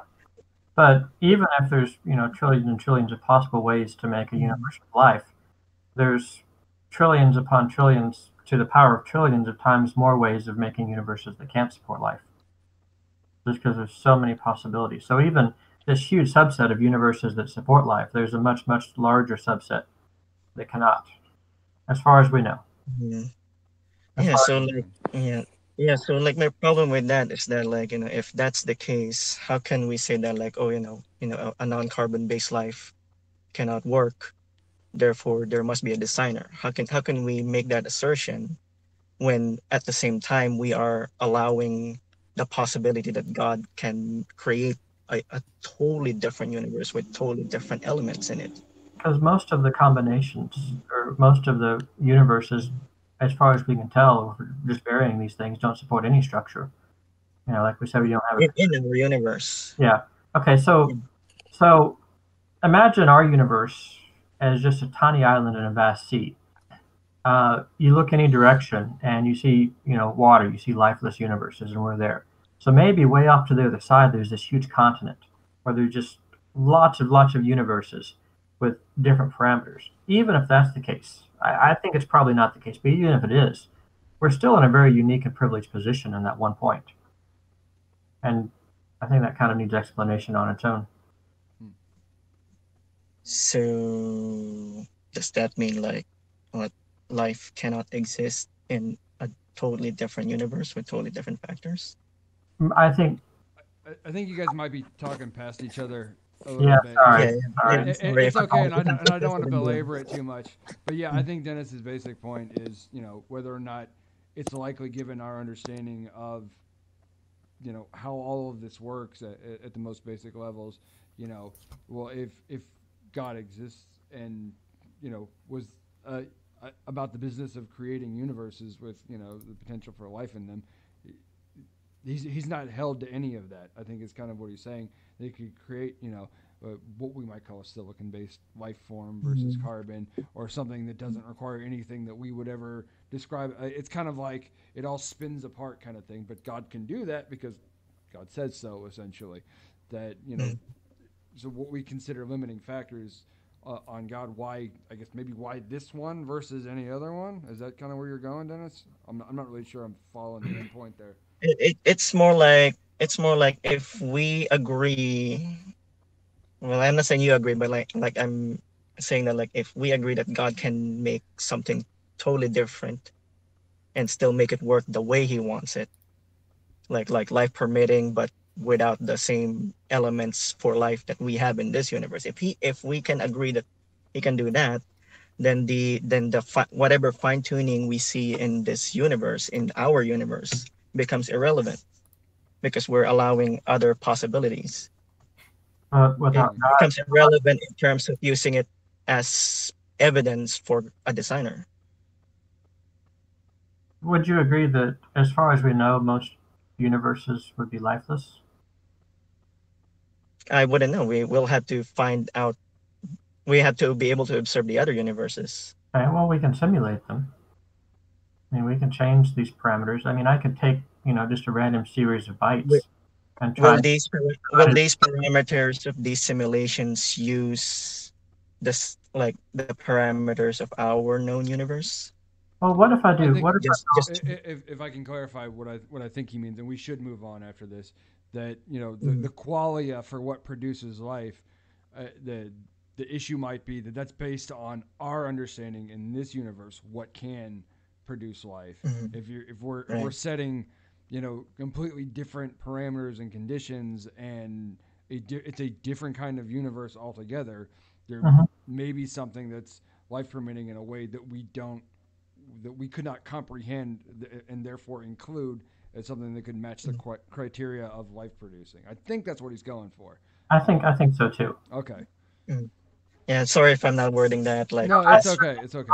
I think it's me that I'm not wording things very well. So imagine I have a computer program that simulates universes using any kind of crazy laws you want, and it just takes a sequence of bytes that defines all the parameters. If I were to feed it a sequence of random bytes, very few sequences of random bytes would lead to a computer program, a simulation that produces anything useful, where you can have structure and reactions and things like that, things necessary for life, even if you're talking about things very different than matter. So I think even in that scenario, you can say that, even in the wildest eyes of the science fiction writer, very few universes would support life, no matter what types of rules you're starting out with. Okay. Did you have anything else?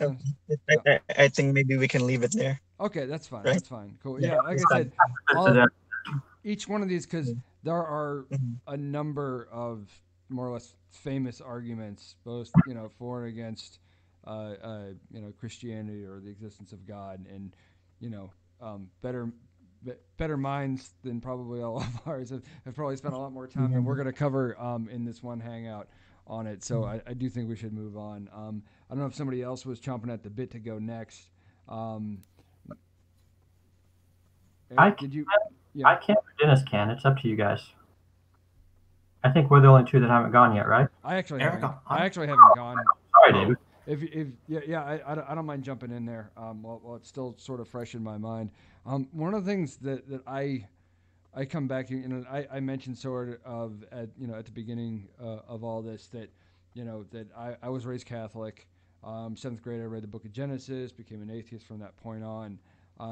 But it was the better reasons for my atheism were not so much reading Genesis and coming to that conclusion at that point, but the questions that spurred me to it. And I didn't really understand it so much then because I was a child, but now I understand it to be, what's commonly called, and you guys have probably all heard of this, is, the argument from divine hiddenness, that essentially, God does not talk to me.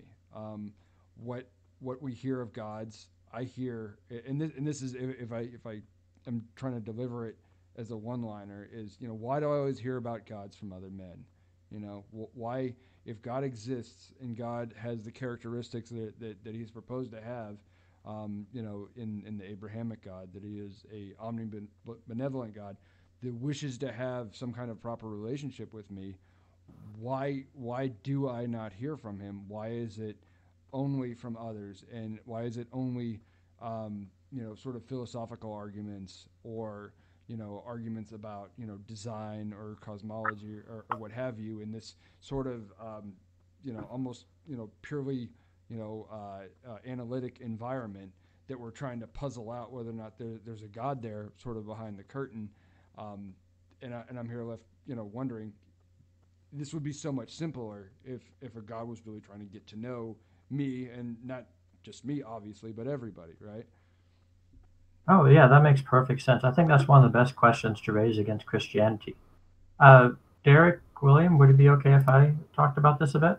Yes, go ahead. Okay. No problem. So, the way I see it, I think it's really important to talk about the quality of relationships. If God went public, like Iron Man, Tony Stark, Yeah. I don't know if he would get the best types of relationships with people. This is one of several reasons I want to present. I think a lot of people would come to him as flatterers rather than sincere followers. They would see him as a genie to grant wishes, or a judge to smite their enemies. But it would be largely relationships with people just, wanting, not loving God, but wanting closeness to God for personal benefit. There's also a case, there's even some people would reject a relationship with God. I don't think this is most people. I think this is a minority. But I think it was Christopher Hitchens who said something like, if he ever met God face to face, he would curse him, or he'd have a lot of explaining to do, or something like that. Yeah. And I think it's God's mercy that He does not reveal Himself to people who would reject Him anyway. I mean, the severity of what you're doing is much less if you're rejecting God out of ignorance than rejecting Him to His face. In the Gospels, the Gospel writers say Jesus couldn't do many miracles in these towns because of their unbelief. And I think that goes along with that as well, because if Jesus is doing miracles there and they reject Him to His face, then it would be better for Sodom and Gomorrah on the day of judgment than it would be for those towns. Some people are not ready to have a proper relationship with God. Maybe they will be in 20 years, but if God revealed Himself immediately to them, then they would go into it for the wrong reasons.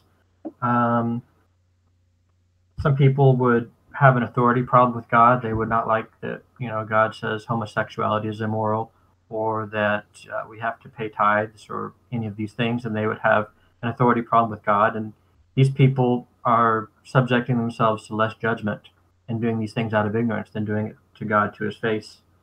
A lot of people would only come to God to escape punishment. Some people would come to God when He was public. Maybe they would for the right reasons, and then they would just later abandon that belief because God wasn't revealed to them at the right time. I think silence can also sometimes bring a better relationship if we're talking about God. I know I personally, if I'm just digging and I discover, some new truth through just working it out in computer code or research or whatever, that's more valuable to me having worked to achieve it than if it's just handed to me. And I kind of see my relationship with God the same way, that it's something that, I've really spent a lot of time just going through the evidence, pouring through the evidence, and uh, gradually I became convinced that God exists. And I think that makes the relationship more valuable to me. Um, it's uncoerced this way. Hmm. If God went public, then we would all feel coerced to have a relationship with him rather than seeking him out. And Yes. I think that's most of the important reasons. Gotcha. Okay. No, I mean, I like that. I am familiar, I guess, with most of those responses anyway. Yeah, I stole it from my friend Blake's website. Blake Genta. Yes. Oh yeah. I know of him. I would, I don't know if I've Yeah. ever had I any have interaction with him. on my screen. It allows me to pretend to be much smarter than I really am. Oh no, you're fine. I've made a career out of that. So I guess the first thing that occurs to me is when we're talking about relationship being proper or improper, relationship involves more than one person, right? Yeah. And when you're having what is being described here as a relationship with God, how do you like? I come back to, well, how do you know it's actually a relationship if it's entirely one-sided, right? I'll be very frank here. I've never had a spiritual experience my entire life. Yeah, me neither. I know that's different than most Christians. Okay, yeah, well, it is different than a lot of Christians, but there are some that I've spoken to that that believe they have conversations with God, that believe that they have had experiences like being in the physical presence of angels and demons and all this other stuff. But I do hear a lot of people also say that they've never had like an actual spiritual experience or felt the Holy Spirit, however you want to describe it. Compared to eternity, that's just a very blink of an eye, though. My life living like this. Well, sure. But I guess the question is, how do you then know you actually have a relationship? So maybe Relationship wasn't actually. I think I'm kind of borrowing that term from modern Christianity. I think it's. Yeah.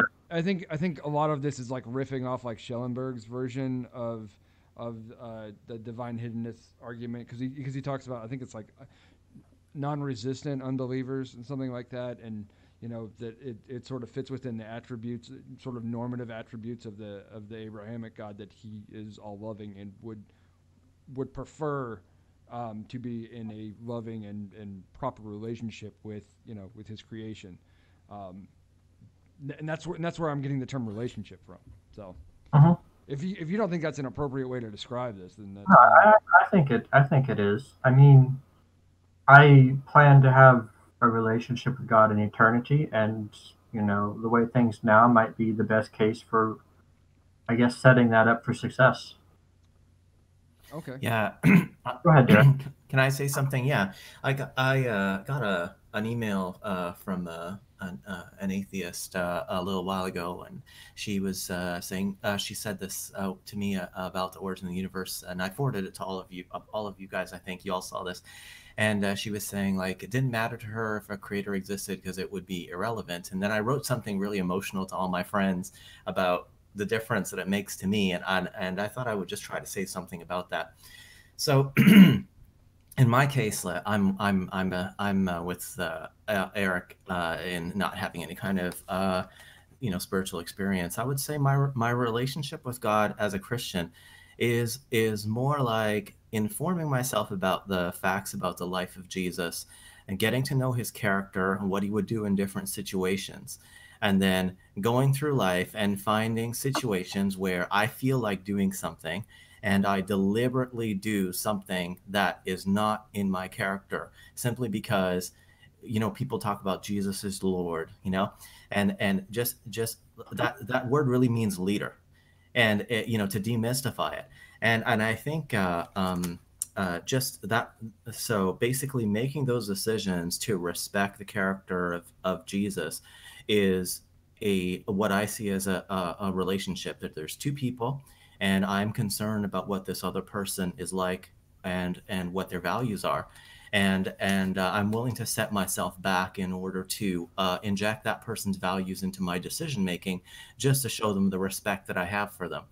And keep in mind that a lot of people come to Christianity, and I don't know if this is something that Chris was, alluding to. I sense he had had some really rough experiences, and believe me, so have I. But I find when I'm reading through the life of Jesus, what I find there is somebody who is being obedient to the Father and not getting a rescue. There's no helicopter. Nobody is coming to save him. The expectation of life that I get from that is that when I do the right thing, I should not expect things to work out for me in my favor.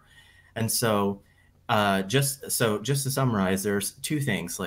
I think part of it is making decisions that respect the leadership of Jesus, in my life, and then just understanding what the resurrection means to me as someone who has to sometimes do things that go against what I would really like to be doing, and maybe getting hurt for it or hit for it. Mm-hmm. What the resurrection means to me is that in the end, these decisions have been made in the context of this relationship with this person who is alive today, and sees what I'm doing, and that when I die and I'm resurrected to eternal life, that relationship will be ongoing, and that loyalty and respect is going to mean something in the eyes of this other person. And of course, everybody knows the reason why Christians feel that kind of obligation to Christ to go against their own self-interest,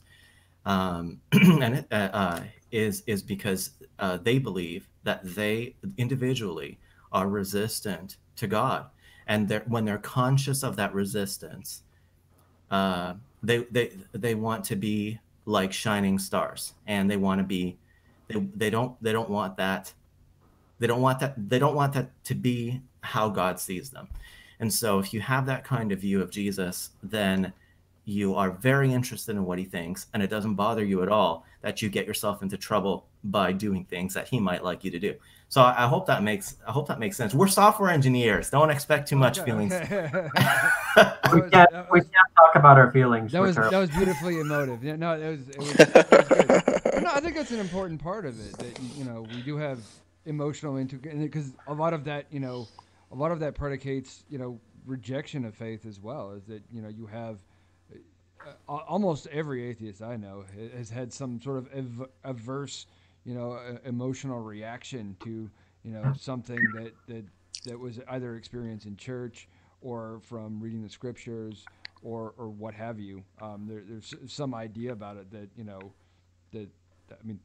that plays a role, right? Whether or not the behavior engaged in makes you feel bad or you feel like it's wrong. So, and I guess I get that sense that it's sort of preserving of the faith, that sort of the trust that you put in it, and you feel like that you're kind of rising above your natural self to do what you believe the Creator wants of you, and that's sort of I don't want to say like guaranteeing a place in heaven, but that your reward will be there, right? Which kind of comes back to the earlier part about proper relationship. If that's still what we're comfortable calling it.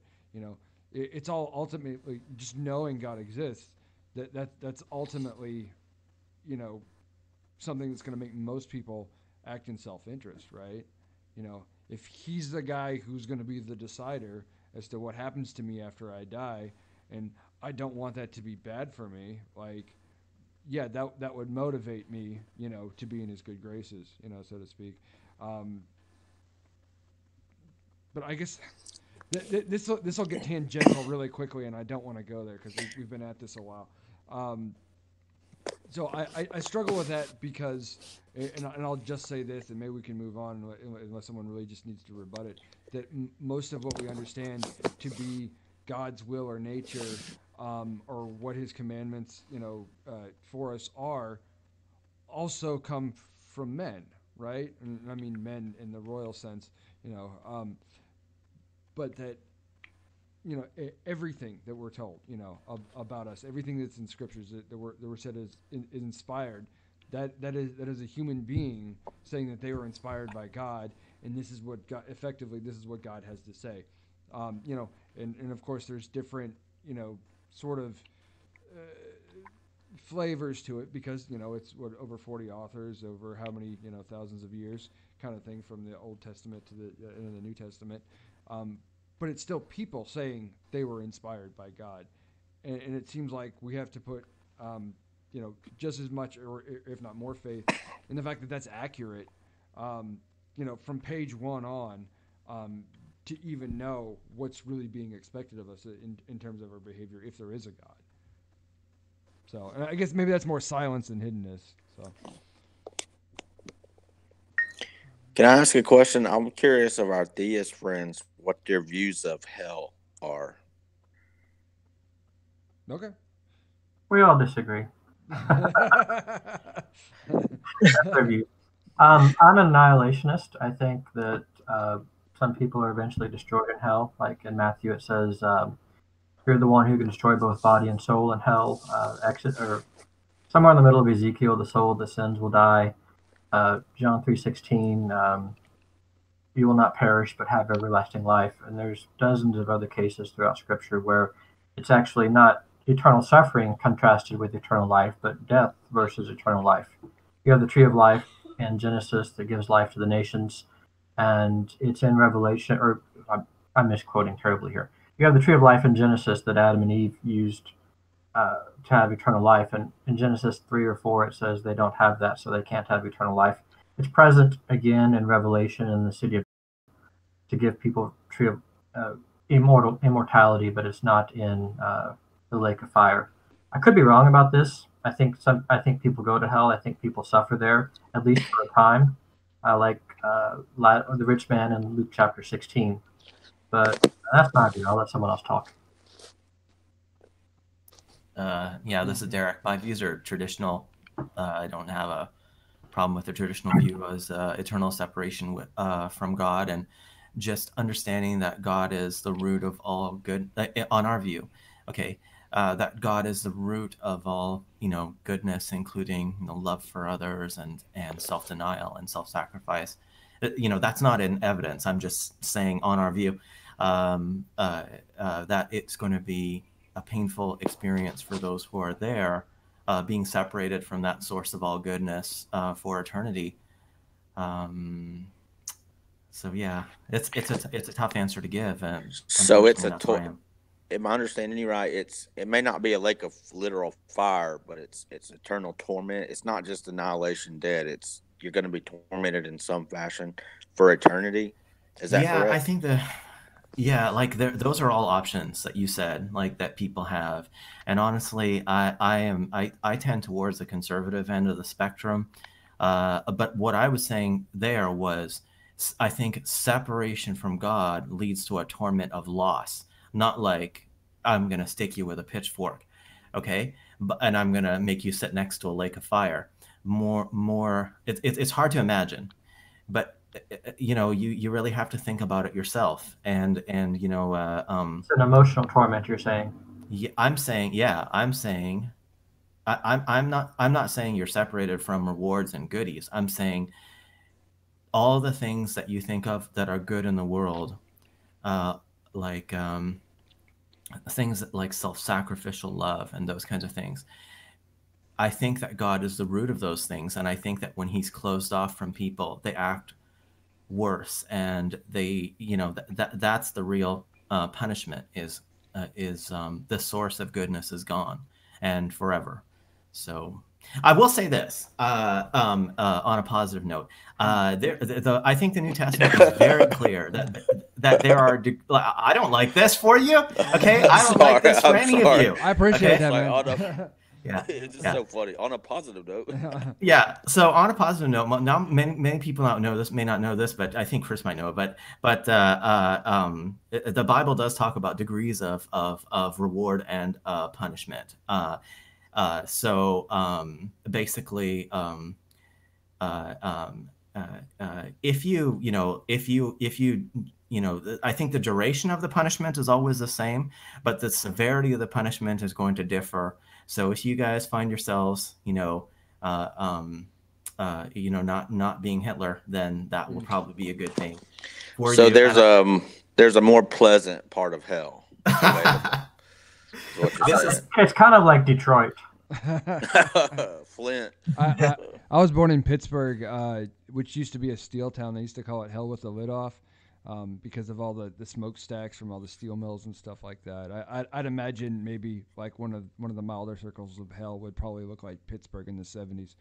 But I was born in 81 for whatever it's worth. But yeah, it used to be that. I just got a funny mental image. I did have one sort of, I don't know, question or something to put out there about the concept of hell, and whether it's, again, some people paint it as for the non-annihilationists anyway, paint it as, like eternal conscious torment, as maybe a physical torment as well. But the idea is that it's perpetual anguish for eternity. And that raises two questions for me. One, what is the point of that? And two, how long could a human mind endure eternal punishment, really of any kind of nature, without just going insane? That goes back to what. I'm sorry, David. No, you're fine. You're fine. Go ahead, man. Piggybacking on that, and the reason I asked the hell thing, it wasn't any kind of gotcha. It was just wanted to see where we're coming from, but it ties into the hiddenness aspect in ways and problem of evil to me. It's like God, especially the ones who believe in eternal torment, whether it's a literal fire or whether it's just some mental C.S. Lewis hell, doors are locked on the inside type of thing. It's God sustaining your life, choosing to sustain your life of some sort, your consciousness of some sort, sure, for eternity. Yeah. You know what I'm saying? Have y'all ever heard? Mm-hmm. Go ahead. So it's like he totally controls that. This isn't some laws of physics that just are playing themselves out. This is God literally, he's choosing to do that to whatever said entity. You know what I'm saying? So anyways, maybe that's incoherent about. No, it makes perfect sense.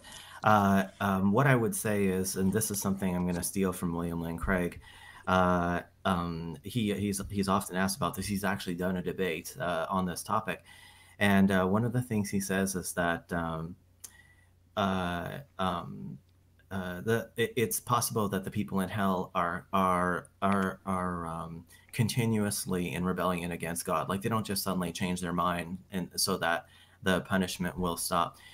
And I know this is very difficult for people to understand, but like I've have experiences where I present arguments to people, and they're just not interested in letting. I mean, my cousin said this to me once. I sent her a questionnaire, and I said, listen, if I could prove to you that Christianity were true, actually, I said, what if we were in a restaurant and Jesus just appeared and told you needed to become a Christian, and then stole a French fry off your plate and then disappeared?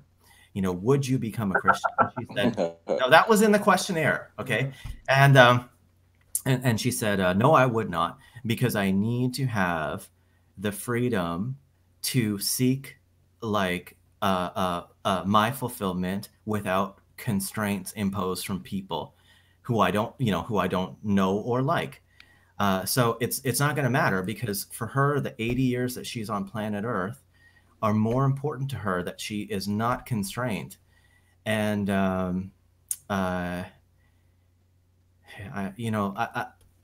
having encountered this, and I'm not saying this is you guys, and the fact that you're having this conversation with us makes me I'm gonna go away and pray for you all later, and that's not condescension. This is the kind of people I appreciate. You get that, it? actually. Yeah, there's a you asshole. Yeah. I'm kidding. You know what I'm saying. I'm saying these are the kinds of people. Yeah, Like what I'm saying is these are the kind of people who I don't think should be sent to hell. That's what I'm saying. Why? Because they're curious and they're open and they're aware of the issues. And so like I'm worried, I'm worried that it's not fair. That's what I'm worried about. But I'm not worried about for someone else who tells me something like that. And so that's why, for all the terrible stuff that hell looks like, I really feel like I've met these people. And that's why you sort of go, well, this is impossible. Who would ever go there? And, how could God sustain these people's lives? Why wouldn't he call the punishment off at 100 years or something like that? I'm just saying, if you're a Christian and you're in my shoes and you have to, and you've seen this, like it's really strange because, like I said, I don't know anything about hell. Like y'all are asking me about this and I'm like, I know about the Big Bang. I have evidence for that. I don't know anything about hell very much, just what the Bible says, and I think my answer is, well, I appreciate your candor, honestly, and being able to make, a lot of what people say about hell is, it's conjecture. This is us supposing what it might or might not be, based on, what we understand about God's character and what's in the scriptures, right? A lot, which is why there's still wide disagreement as to whether or not. I was talking to someone earlier today about, I think it's the Unitarian Universalists who have adopt something congruent to Christian beliefs, but they started because they rejected the doctrine of hell because it seemed, mean and unfair, kind of like you said. Like, there's a lot of conjecture out there, and I think it's okay to be curious about that. But we should move on, guys, because we're kind of rocking up to 2 hours here, and I know some people are going to start to burn out. If we want, I think we still have Eric and Dennis to kind of give, their little stump speeches about, I guess, Christianity and atheism. Eric, did you want to go next? Sure, I'd love to. It almost doesn't feel fair because I've been interrupting everyone else so much. But, no, you're fine. You're curious and you're engaging. It's a lot better than someone saying something and there's just a bunch of dead air. So please go ahead. Well, thank you. I'm enjoying your podcast. You have a good show here. Appreciate it. I'll take us in a new direction, evolution. So I mentioned earlier, when I became a Christian, it actually started out with me questioning evolution. When I grew up, my family I have great parents, by the way, but we weren't very religious, and I just kind of grew up reading science books, Carl Sagan, and I just kind of had this view that it was impossible for anyone intelligent to not believe in evolutionary theory. And then in high school, a chemistry teacher said, well, not all scientists believe in evolutionary theory. And I was just floored. I'd never heard anything. How could someone be a scientist? And I find out later it's a small percentage, like 5% or 3%, depending on the survey, that reject evolutionary theory. But it really got me searching, and I read a lot of material from the intelligent design movement. I read a lot from the creationists. I found arguments I liked really well. I found arguments they put forward that I didn't really like, but there was enough there to really convince me. So one of the things specifically that I found pretty compelling was that we watch microbes evolving. We watch huge populations of them evolving. Plasmodium falciparum, the bug that causes malaria, there's been around 10 to the 21, 10 to the 22 of them in the last century. There's been over 10 to the power 22 HIV viruses evolving within the human population. The flu viruses, they're up there too, like 10 to the 16th or 17th or 18th. I don't know the exact number. But these are particularly well studied because they cause human disease. And I'm a creationist. I'll be the first creationist to tell you that evolution does sometimes create new information. I don't think it's fruitful to really deny that. But just watching these microbes evolve really showed me the slow rate at which evolution does create new information. I mentioned the malaria bug. It takes about 1 trillion of them before they evolve resistance to the drugs ativaquin or pyrimethamine. These are anti-malaria drugs. Mm-hmm. And they do it through either 1 mutation or 1 to 4 mutation. I don't remember which is which, but I know the 4 mutation path, it's like the first mutation makes it a little resistant, the next one makes it a little more, and so on and so forth until you get all 4 of them. And it's basically changing the shape of this protein that binds to the drug, and it changes the shape so it can still bind to the food, not quite as well, sometimes as well, but it doesn't bind to the drug anymore. So I'll call that new information. It's actually changing something in a useful way. But it takes 1 trillion of them to do that. These are all mutating. It takes 1 trillion of them before one of them gets the right, or before a lineage of them gets the right mutations. And those mutations, there's randomness to natural selection. So, it takes several times for them to occur before it sticks around and spreads through the population. To gain resistance to the drug chloroquine, that's a path of 4 to 10 mutations. 2 of those have to be present at the same time. And it takes around 10 to the power of 20 of them before they gain resistance to that drug. That is a huge, huge number. And, during the last 50, 100 years that we've really been, studying malaria and sequencing old frozen genomes and whatever, then, I'm sure they've evolved lots of other things, but there hasn't really been any radical transformations in the malaria bug. They can't survive in cold climates, for example. Thank goodness. Otherwise, me in Indiana, I'd have to worry about mosquitoes carrying malaria. It's hard to quantify exactly, and I hate using these imprecise terms, but they're very much the same creature they started out with. If you look at, I don't want to interrupt. I don't want to interrupt. Please finish. Please finish. Okay. So, in the last 200 million years, if you go with the evolutionary timeline, there would have been about 10 to the power of 20 mammals that ever existed. One creature diverging into, all of the orders of mammals, and then diverging into all the families, and then the genus, genera, and the species. Bats, whales, kangaroos, platypuses, every mammal. To do that, you need a lot of information because all of these animals have very unique systems. You have the human brain, echolocation in dolphins, fingers and toes, and all the stuff that makes a whale a whale. There's just a ton of stuff going on there. So, just if you compare our genome with like the genome of a dog or a horse, there's like around 5% similarity altogether. That's the whole genome comparison, not just the protein coding genes. You'll get higher percentages for the protein coding genes. And we know a lot more than 5% of the genome is functional. How much is functional is debatable. I can get into that. I don't want to use too much time. But, just comparing how much function there is versus how much is shared, you need hundreds of millions or billions of letters of functional information to get basically from the universal common ancestor of all mammals to where we are today. And that's a huge difference than the very, very small numbers of useful information producing modifying mutations we see in the various microbes we study. Even Richard Linsky's experiment with E. coli that everyone who's a fan of evolution has heard of it. They've had hundreds of billions up to 1 trillion E. coli.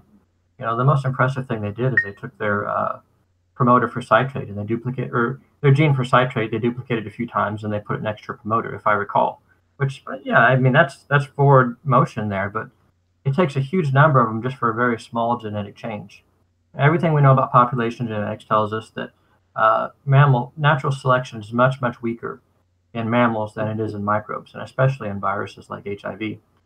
We have much larger genomes, so each letter makes much smaller of a difference, so natural selection can't act on as well. We have much longer linkage blocks, so whenever we reproduce, mom and dad's DNA combined, you have very long stretches where good mutations and bad mutations travel together. It's hard, and every generation it splits apart in a different place, but it takes many generations for natural selection to separate those out. And this, you can read Michael Lynch or many other people, well-known population geneticists, in the journals. They'll say natural selection is much weaker in the more complex the organism. So just based on that, I know this isn't exactly an argument for theism. It's more of an argument against the other side. But I really don't think, given that evolution is a good explanation for where we came from. So I'll stop there. I don't want to use up too much time. Oh, it's okay. That's a lot, and it would be hard to rebut that much information. Yeah, sorry about that. It's okay. No. It's okay. That's where you're at. I will say you did kind of point out yourself that, biological evolution is sort of the predominant scientific theory about, the diversity of life on the Earth.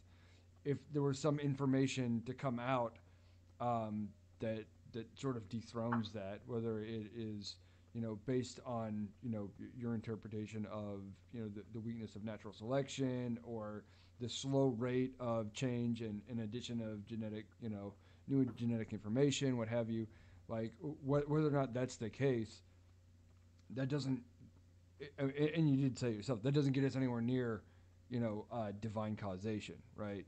That we could say that biological evolution is not the best explanation, that there's something wrong with it. We need to go back to the drawing board. It doesn't necessarily, and it doesn't necessarily disprove naturalism, either. Yeah. I would say, that could be a great topic for honestly for another night, and I don't want to be dismissive because there is a lot in there. If you could give me one line, and I'll do it, sir. Okay. I would say there's a lot of patterns in living things that are consistent with the way that human designers built things, but are put together very differently than what you would expect a process of mutation and selection and horizontal gene transfer to build. But I don't want to use up too much time. So you're saying basically the genetic, how they got there from genotype to what we see as phenotype, say structures that we mimic or something as humans and intelligent designers ourselves, right? Yeah. Is that kind of where you're going? Yeah. Okay, I don't know. I would have to investigate that more. Of course. I'm just some random guy you've never met before. I would hope you would investigate him. I appreciate that. Don't take my word on anything. Look it all up. Sure. Yeah. If you had any resources or anything that you wanted to shoot me in Messenger or whatever, I'm happy to take a look at them. I will after the call, I think. It's honestly been a really long time since I've even tried to debate evolution, because you I can't. consider it more or less a dead argument, but that's not on you. It's just been a long time since I've really gotten into it. But neither here nor there. I guess a lot of the argument from design, whether it's something that's going to stand as a rebuttal to biological evolution, or just naturalistic causation to begin with for life and the diversity of life, is a lot of it seems to be underpinned by essentially saying, well, this is too complex, it's too diverse, it looks too designed for it to be otherwise, and I don't buy essentially the naturalistic explanation that's currently on offer, right? I guess the biggest problem I have with that is that if we are arguing that there is design, that God exists and that He designed life and the universe and what have you to be this way, I don't know how we could properly identify it, because that means everything's designed, right? And if literally everything is designed by God, I don't know, how do we differentiate what a designed thing from an undesigned thing looks like? I think that's a really good point. For example, I don't think the pattern of craters on the moon shows any sign of design. Right, but if God exists, right, then in a way, at least indirectly, it is, right? Yeah, indirectly. I think you can differentiate between primary and secondary causation. Maybe God created the universe, and then it was natural law from there. Things collided and left craters. So there's no intent directly to the pattern of craters. You don't find information there. If you apply William Dembski's design inference to the pattern of craters, you're going to come up empty. You're not going to see any design there. There's not. Except for the fact that their very existence is something that God was part of God's plan, right? Yeah, but you couldn't use that as evidence for God. I guess that's what I'm going with. Wouldn't it be design though? I mean, even if you say He set evolution and whatever in motion, it still had to be designed because it's fine-tuned, right? So it had to be fine-tuned for a meteor of some type to blast the Earth, blow a chunk into the air, and orbit and create the moon. Or am I way off on that? Yeah, you could argue that, but like I said, I'm kind of differentiating primary and secondary. I mean, I'm not talking about the origin of the moon. I'm just talking about the pattern of craters on any planet, for example. I mean, yeah, if God set the universe in motion and everything followed purely deterministic laws, they were pre-planned by God, then everything would be designed. But at the same time, there's some things you can look at and infer that they were designed, and some things you can look at and there's no evidence they were designed, even if they were. Does that make sense? I think so. It does for me as well, but I guess that kind of goes back to the problem I have that we're essentially getting, if God exists, they are both designed, and yet we can only try and infer that one kind of thing is designed because it looks like it's designed in the way that we design things, perhaps, or other, like a beaver dam kind of thing. Like, that's not human design, right? But that's design of an intelligent nature, that we can identify those things when we can identify a methodology connected to it. But we're saying everything's designed, but just certain things look like they have an intelligent methodology to it. Right. I find a little tension there, I guess is what I'm saying. I don't really see that tension myself. I could take a bunch of sand and build an artificial beach, and I could, use the right kind of sand, make it look like a natural beach, and then I put a watch on that beach. A forensic scientist or a geologist, they might look at that and say, well, that watch was definitely designed, but this beach, I can't tell either way. I think you can still make those inferences. Yeah, no, I get the Paley reference there. Yeah. But yeah, I guess that's the thing, is that we understand the mechanism by which that can happen. But I guess in the sense that I don't want to follow that analogy too closely. We probably should move on to get to Dennis because we're rolling up on 2.5 hours here. Which I love this. I could go all night. I'm gonna get yelled at. Yeah, I love it too. By my better half here in a minute. But Can I add something with that evolution thing? Sure. Go ahead. Yeah, because like every time like I get into this discussion about atheism and theism, I always get asked, "Oh, do you believe in evolution?" And like, like usually these conversations are like, at a bar or at a restaurant. I'm not gonna like sit there and give a lecture about how evolution works.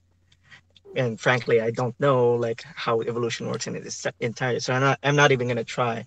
But like the usual direction I take that conversations like that is then like, let's say evolution gets disproven like right now, and like then like it's not the best explanation for like how biological diversity came about. And just to clarify, we're talking about evolution is as the origin of biological diversity rather than the origin of life. I'm not going to nitpick terms. Right. Yeah, people usually confuse that, but like I always ask, like, okay, like let's say evolution gets disproven right now. The way we do it in science is that like when we have a theory, the theory is supposed to like have the tools you have. It's supposed to give you the tools to make predictions on like what happened before and what can happen after. So if we drop evolution and say that's no good, let's say based on the evidence that you presented, right? Let's take the evidence you presented. It's like, he makes a good point. Evolution is false. Cool. Okay. If we take the God alternative, can we use God to predict, like, let's say, how the flu virus would behave or evolve next year? Maybe not. I don't know specifically about God, but I mean, the flu virus, it has a 10,000 letter RNA genome. The HIV virus has one about the same size. Just based on what I said there about, the limited power of evolution, I think we could predict that a flu infection isn't going to evolve into an HIV infection, just because the rate that evolution can produce new information is far too slow. So like, like basically if we get rid of evolution, are we really replacing that with God, or are we just replacing that with another theory that takes into consideration the factors that you think evolution missed, and then create a better calculation that makes a more accurate prediction? Or is it more likely that we use an alternate theory rather than going to the God explanation? Well, I want to answer two parts here. First, the changes I'm proposing to evolutionary theory and creationist ID people propose, they're not that radical. I took an online evolution course through Duke University a few years ago, and the first week of the course was why creationists are wrong. They had Jerry Coyne on there and everything. I disagreed with almost all of that. But the next 9 weeks of the course were pretty much standard population genetics, and there was almost nothing in the rest of the course I could even figure out, even think to disagree with. I agreed with all of it. I mean, basically, where I'm going with this is that, what we know from population genetics, how all this stuff, how, observed evolution works, mutation, selection, and beneficial and deleterious mutations, that all stays the same. It's just the rate at which evolution produces new information based on observations is pretty slow, and therefore, it can't account for the large, the diversification of life. As far as replacing it with God, I do think that seeing life as design, does produce fruitful predictions. One of those was junk DNA. For the past 50, 60 years in population genetics, everyone who was anyone believed that 95+% of the genome was useless because we get 100 mutations a generation. If most of that DNA is doing something, we get way too many harmful mutations each generation, and we'd get worse each generation instead of better. Evolution wouldn't work. Well, in the last 5-10 years, that's really been turned on its head. People are saying 80 to 100% of the genome is functional, depending on what definition of function you use. There's a lot of nuance there that I don't want to get into. But, the design people were kind of saying that all along, and we were really vindicated by modern medical science. But like that alternative approach will that still count as like chemistry and math rather than it's designed by God? I guess I don't follow what you're saying. Can you give me an example? Yeah. I'm not sure if I'm wording it. If I may. Okay. It sounds, Dennis, it sounds like you're saying, well, let's say, for reasons that you've outlined, we can no longer accept, normatively in the scientific community, the theory of biological evolution. It's got too many problems. We've got to scrap it. What Dennis is saying is that by putting that forward, what you seem to suggest is that intelligent design would be the most likely, next go-to instead. And why should we consider that more plausible as the next go-to versus some other naturalistic explanation, some other naturalistic theory? Oh, okay, that makes a lot of sense. I thought you said that. Did I get you completely wrong, dude? Like, let me know. I think you got me mostly correct, but like, also what the part of what I'm trying to say is that like, if we're gonna go with the intelligent designer, right, like, what does that look like? Is that gonna be like we're actually considering a designer in the calculation, or are we just giving an alternate calculation in math and chemistry?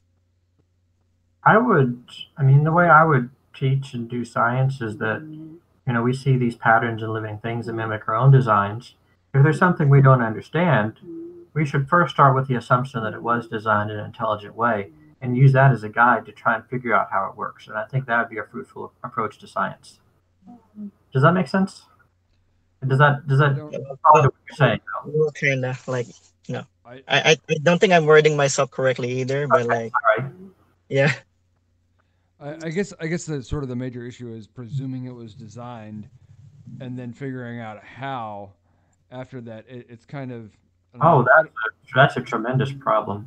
Yeah, it sounded like what you were saying. If I got you wrong, say so. Yeah, determining how the designer works. There's some funny ideas floating out there, like, hey, can we look at the genome and is there a way to, or maybe it's a compiled version of code and we can reverse engineer it back to the source code or something like that. Or maybe we can look at patterns of nucleotides and line them up in different ways, see patterns in them that might have tell us how it works. And so far, all of these approaches have been completely unfruitful. There's nothing that's really come from that I know of. Maybe if the scientific community shifted to design instead of evolution and we had a lot more people tackling the problem, maybe we could come up with something, maybe we couldn't. It might be forever lost in history. We don't know. Okay. when we talk about patterns in nature, are we still talking about like math and chemistry and physics? Oh, no, I'm talking about patterns in the way that living things are built. I mean, one very simple thing I already mentioned would be, if evolution is true, we would expect most DNA in humans and complex organisms to be junk. If design is true, we would expect most of it to be functional because mutations have probably destroyed a few things since creation. Can I just step in and say, like, an example of what you would consider to be design might be a sequence of amino acids that is has the correct bonds between the amino acids and is in the correct sequence so that it folds up into a protein and can be used in the chemistry of life. So you're talking code. You're talking ordering of amino acids to be a functional protein. That's an example of design. Yeah. I mean, if I were going to take that to its full conclusion, I'd have to show that evolution couldn't produce that particular protein too. Yeah, and I mean, would you say that something like that, would what I understand to be a fairly basic building block, that is actually impossible on evolution? I mean, I would say probably not, but the protein part isn't something I've studied in a lot of depth. There's some really good papers by a guy called Douglas Axe, who did his PhD at the University of Cambridge on the topic of researching formation of proteins. And he wrote 4 publications for the Journal of Molecular Biology. And he calculated the odds of forming a functional protein in those papers published in the Journal of Molecular Biology to be 1 in 10 to the 77.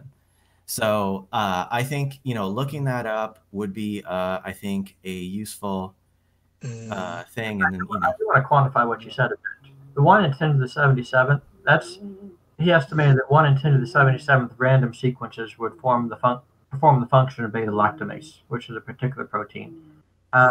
He didn't go into as much detail of, a stepwise process to get there, but he did observe that, as you modify this particular protein, you see kind of a cliff where you change too much and it just becomes completely non-functional. Okay, so would I be wrong to summarize his work as saying that he's trying to calculate the odds of forming functional proteins by chance, and he found that those odds were very long? He found that the odds it makes it look like it's hard to get there. It's hard to quantify exactly. That's what I would say. Okay, you're more all right. Okay, I feel like we should probably move on from here.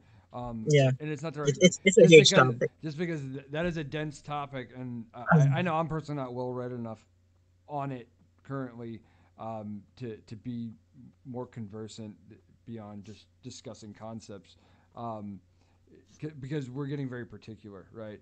And I'm imagining if anybody wants to listen to this, right, that they would also need the same kind of background information. So pursuant to that, if you guys have information from you said Douglas Axe and some of these other guys, I would be interested in that. I would be happy to take that from you if you guys want to message me after we close out here. You'll regret it. His paper is super dense. Oh yeah, it sounds lovely already. Well, I can take a break from reading the Federalist Papers and maybe read some of that instead.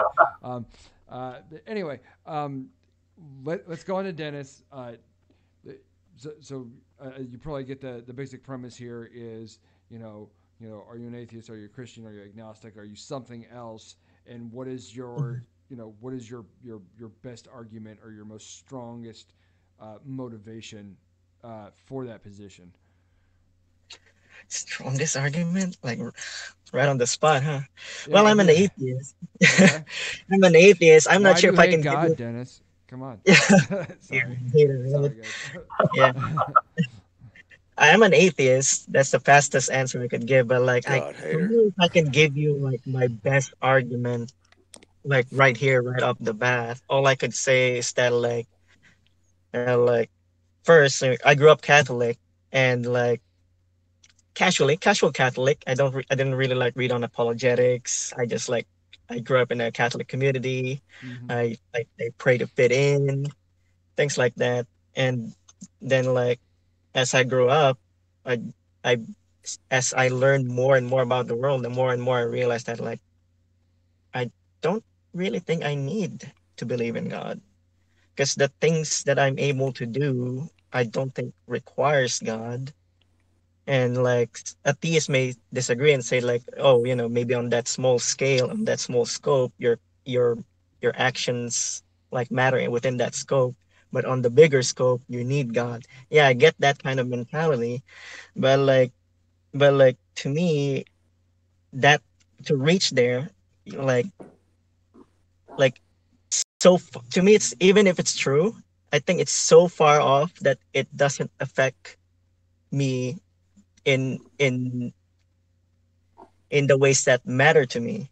Like if I have like financial problems, I don't need to understand that God is the objective truth of the universe for that, right?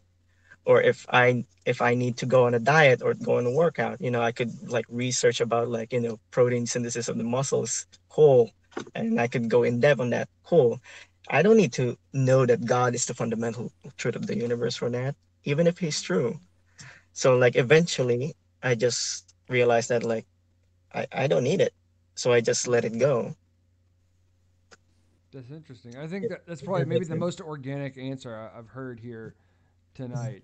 I think that's really cool, actually, Mhm. because it kind of tells a pretty candid story. But does anybody have any thoughts on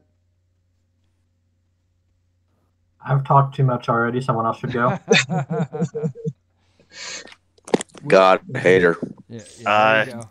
I haven't really talked that much at all. I mean, I kind of feel like I've been on the sidelines the whole time. Yeah, well, go ahead, man. All right. So to respond to what Dennis said then about the not needing God, so it doesn't really matter. Mhm. Um, I don't know. I mean, that's everybody has the right to live their life however they choose, and to me, if God exists, that's one of the most interesting things that you could think about. I mean, it really affects everything because if God does exist, He created us for a reason. It was presumably, I mean, He created this universe for a reason. We're here for a purpose, and He's a superpower. Assuming He exists, as He's usually conceived of, He's a super intelligent being who's got a plan for our lives, and wanting to know what that plan is, or what He wants us to do with our existence would be of paramount importance, even if you don't necessarily need Him, to go to the grocery store or do a job that you're doing. I mean, but I mean, I think a lot of people probably do feel like Dennis does, and it's you probably don't need God for your everyday run of the mill activities. So it's not really a reason to be an atheist, though. Maybe it's a reason to not care, to be an agnostic. Maybe it's a reason to not really think about it. But I don't think it really follows that because I don't need God to do my daily routine, that therefore I'm an atheist and God doesn't exist. I mean, it doesn't logically follow from that motivation, in my opinion. I don't need Christopher Columbus to do my daily routine. Mhm. Yeah, that's why I said even if it's true, it just didn't matter to me as much as to the people who believe it. I get it. The people who believe it, I get it. I get, where they're coming from. But just to me, I just didn't feel like I needed. And like I just happened to come across these apologetics, counter apologetic thing, like by accident, and somehow I got into these kinds of discussions. I think that speaks to Yeah, I guess something. God planned it that way. I don't know. Yeah, right. I think it speaks to something interesting though that you didn't feel. If I'm getting this right, you didn't really feel a connection like with your faith or with Mhm. the faith tradition of. Cause I'm also a former Catholic, so I get this too. I would go to mass. I was actually confirmed Catholic actually after I already knew I was an atheist because I was afraid of upsetting my family and what have you. But like you go through in Catholicism is very ritualistic. They do the chanting and the songs, and the guy whiffs Mhm. the incense as he's going up and down and flicks the Right. holy water, and you do all this stuff, and there's all these artifacts, right, of faith that Mhm. you're around, but there's no connection of meaning, right? You're not you're Mhm. not you're not living that really, especially not as a younger person. Like it doesn't mean much to you, or it didn't to Mhm. me. I don't think it from what I'm picking up from you, And Dennis. that. It didn't to you either, Mhm. right? So you don't Mhm. you don't continue to invest in it. You don't continue to value it. Mhm. You don't continue to think about reasons why you need to keep holding on to why it's true. And then when you Yeah. start to investigate the claim, right? If Mhm. you're challenged on it, you know what do you have to offer at that point, right? Because you're not, Mhm. This is how confirmation bias works. You know, we could Right. use Dennis and maybe myself of having confirmation bias on the other direction, but you know, Mhm. we don't have something pushing us to preserve that belief, and so it becomes very Mhm. easy to fall away. Right. And like, if I may add, like it's not just like the little things like working out or like waking up every day. It's just it's not just the little things. It can be the big things too, like starting a family. You can do that.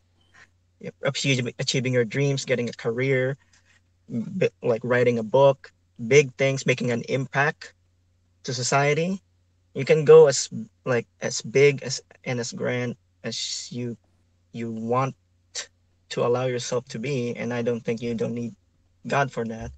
And that's also why it's foreign to me now. It didn't used to be foreign, but it's foreign to me now when like I hear atheists say that like, oh, without God, my life's not gonna have meaning, or my actions don't have like any meaning, any purpose, and if I die, I'm just gonna be nothing, just like proteins decaying, things like that. It just became foreign to me now. That kind of like thought.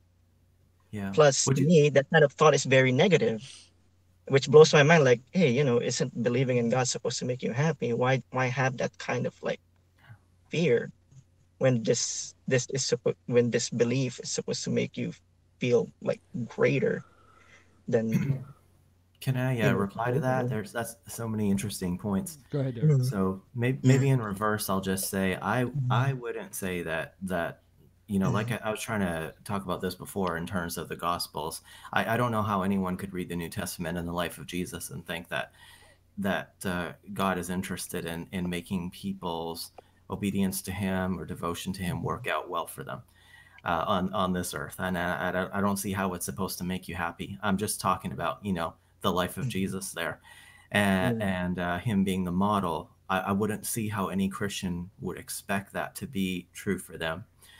And the second thing is I'm not sure at least in my case, that my ambition was to, you know, have a good life and you know, make an impact and do all these things. I can just say in my own case, I'm currently unmarried, and I would say that Don't be being in a any Christian, rush, man. Sorry, go ahead. believe me, I am definitely aware of the risks and have written very much about those sorts of things, encouraging men to be careful with that. I'm not. Everyone I is mean, careful, but yeah. yeah. I mean, just be aware. But I would say that, you know, being a Christian hasn't really made me um, fit in very well with the culture, and you know, be like attractive according to what the culture considers to be great. Being a straight arrow, being interested in apologetics, you know, studying, you know, in order to be a good provider rather than, you know, say joining a biker gang. These are not the, you know, no tattoos, no piercings. These are not the kinds of things that, you know, are attractive right now. So I think you pay a price. That's what I'm saying. And I mean, if I, you know, if I had more time, I could, and I, you know, maybe was a bit more, knew you guys a bit better, I could really explain some of the troubles that being a Christian specifically has had. I think what I would just say is you have to do it if you think it's true. And I think that's why, you know, I gave some reasons and even talked about earlier about adjusting my young Earth creationism in order to be an old Earth creationist. Hey, I'm sorry to interrupt here. I'm sorry. Hey, oh, there he goes. Okay, I was about to ask Chris to mute himself because I don't know, it sounds like he was making food or something. I don't know. But there's a lot of racket in it. I bet that was probably hard for you to talk over. But anyway. Maybe it's me. Fine. Let me Yeah. see. Hot pocket. See, it is Chris. I'm kidding. I'm kidding. God. So, all right. and then the last thing is about the meaning, like you were talking about. Well, you know, I can start a family, I can do this, I can have kids, I can achieve all these things. And I think what I was talking about before about the lasting nature about your achievements in a partnership with Jesus. I think you know, when you die, it's not, and this is going to sound rough, but I mean, when you die on atheism, all of your like there's something called the heat death of the universe in science, where the amount of usable heat just escapes to the environment, so that our star burns out, all the other stars burn out, and the ability to have life on a planet is lost because of these kinds of things. So you're saying that hell is going to freeze over? No.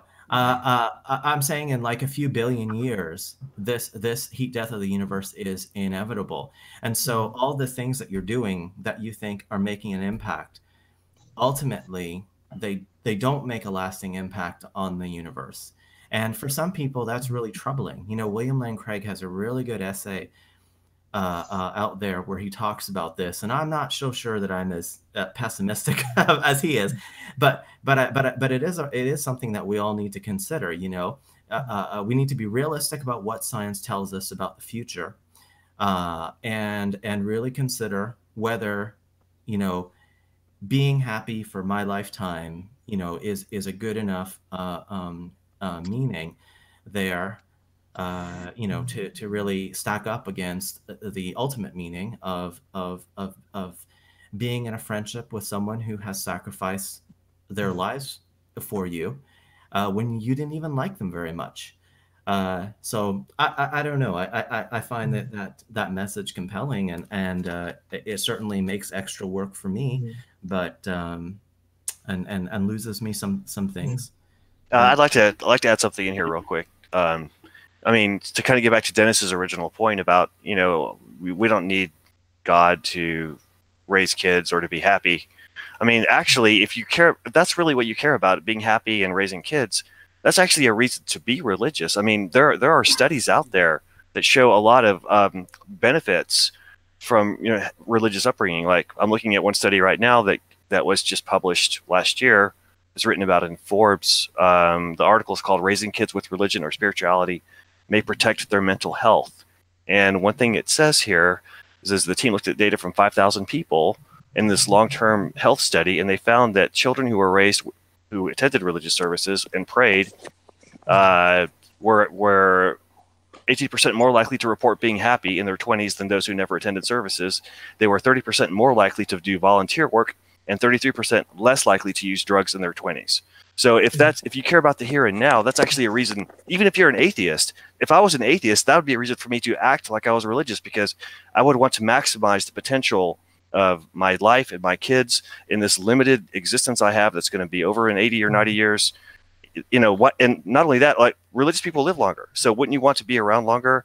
Then if this life is all you have, isn't it better to keep on existing for as long as you can?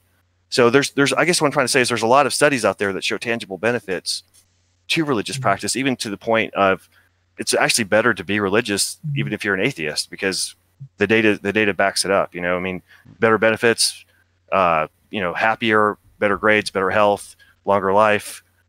Those are actually practical reasons to be religious as opposed to being atheistic, according to the social data that we have. Gotcha. Can I respond to that? Yeah. Or was somebody else? Okay. I was going to say, I think a lot of what's being sort of traded back and forth here is it's familiar to me as an argument from consequences, right? That, you know, if atheism is true, you know, we're all looking at the heat death of the universe. Billions of years before that, we're looking at colliding with the Andromeda galaxy that's probably going to wipe out the Milky Way galaxy, and our planet's going to be destroyed.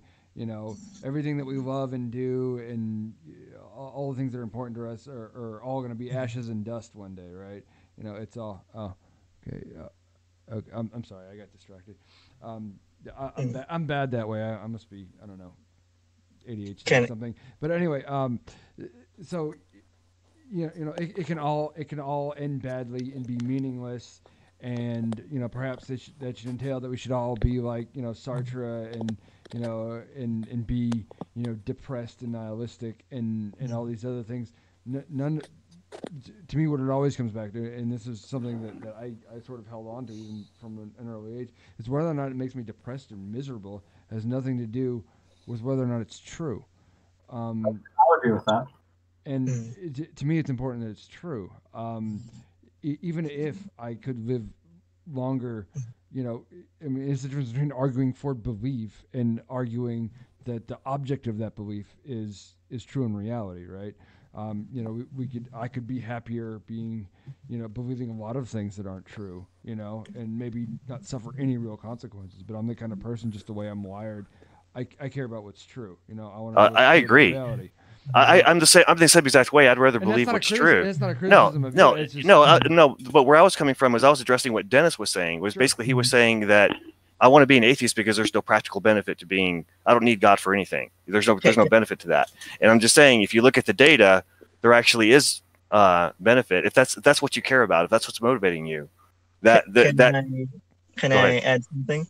Yeah. Like we're talking about like having an eternal purpose or eternal meaning after death, right? I really don't see a reason to live my life based on that. And for a simple reason, because like I have no reason to believe that there is a purpose after death, especially after the heat death of the universe. Like it's not really something that I want to like base my life on. I mean, it would be great, sure, but like as it is, if we're gonna look at the data,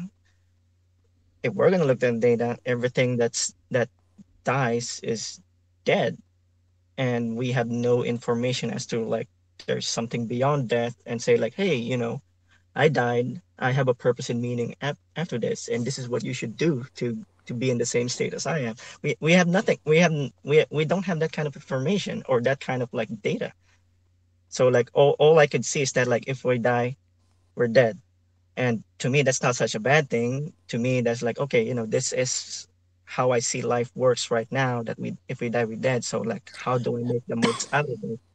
And that I make the most out of it by valuing the limited life that I have now and making as big as impact as I can, doing as much as, just striving to do more good things than bad things.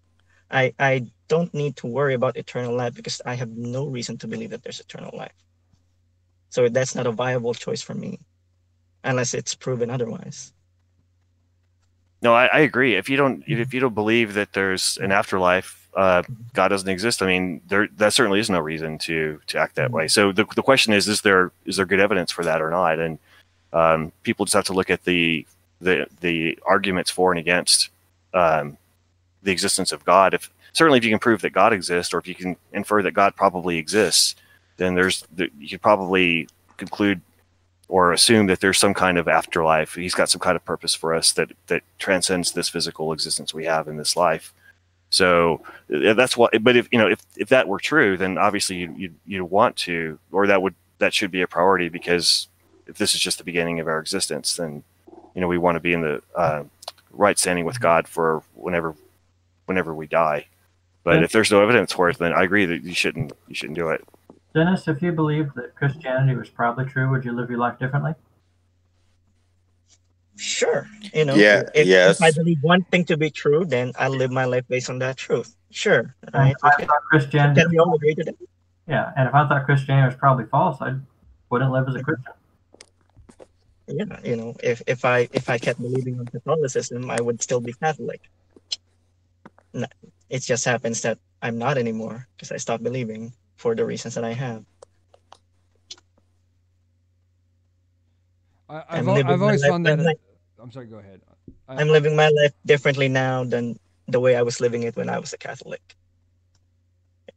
Doesn't add anything, but whatever. Go ahead. Yeah, no, I was going to say I've always found that to be an interesting question. Is like, what would you change, if you came to a different theological position? What about your life would be different? I don't know. Maybe that's a good thing to ruminate on as like a topic for next time or something like that. I don't know. Mm-hmm.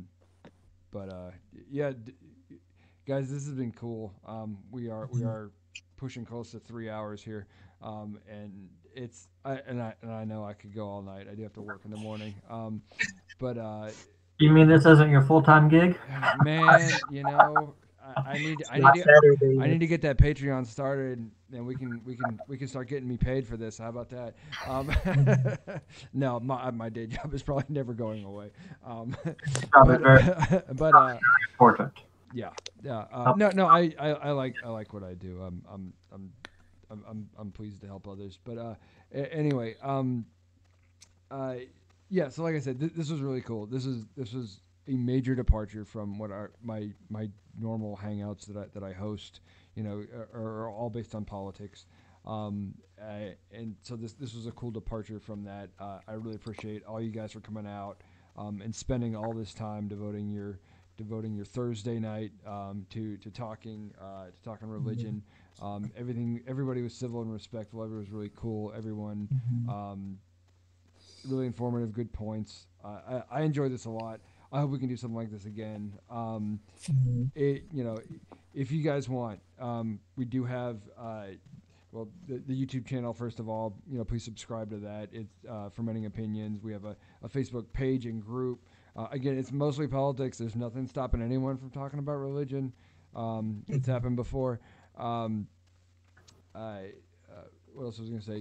I do have the podcast, Fermenting Opinions, where you can find it at fermentingopinions.com. We are on iTunes, Beyond Pod, Stitcher, Spreaker, all those places where you can get your podcasting on. Again, thank you guys for coming out. I really appreciate everyone's participation. I want to give a shout out to Ross Janes at janesmedia.com. He is my digital wizard that makes all the bells and whistles work for me, because I am certainly not a tech genius, but I'm so thankful that he is. My digital deity. And that said, I am David Papiden. This has been Fermenting Opinions. Thank you all so much, and we will see you next time. Thanks for having me. Yeah, thanks for having me.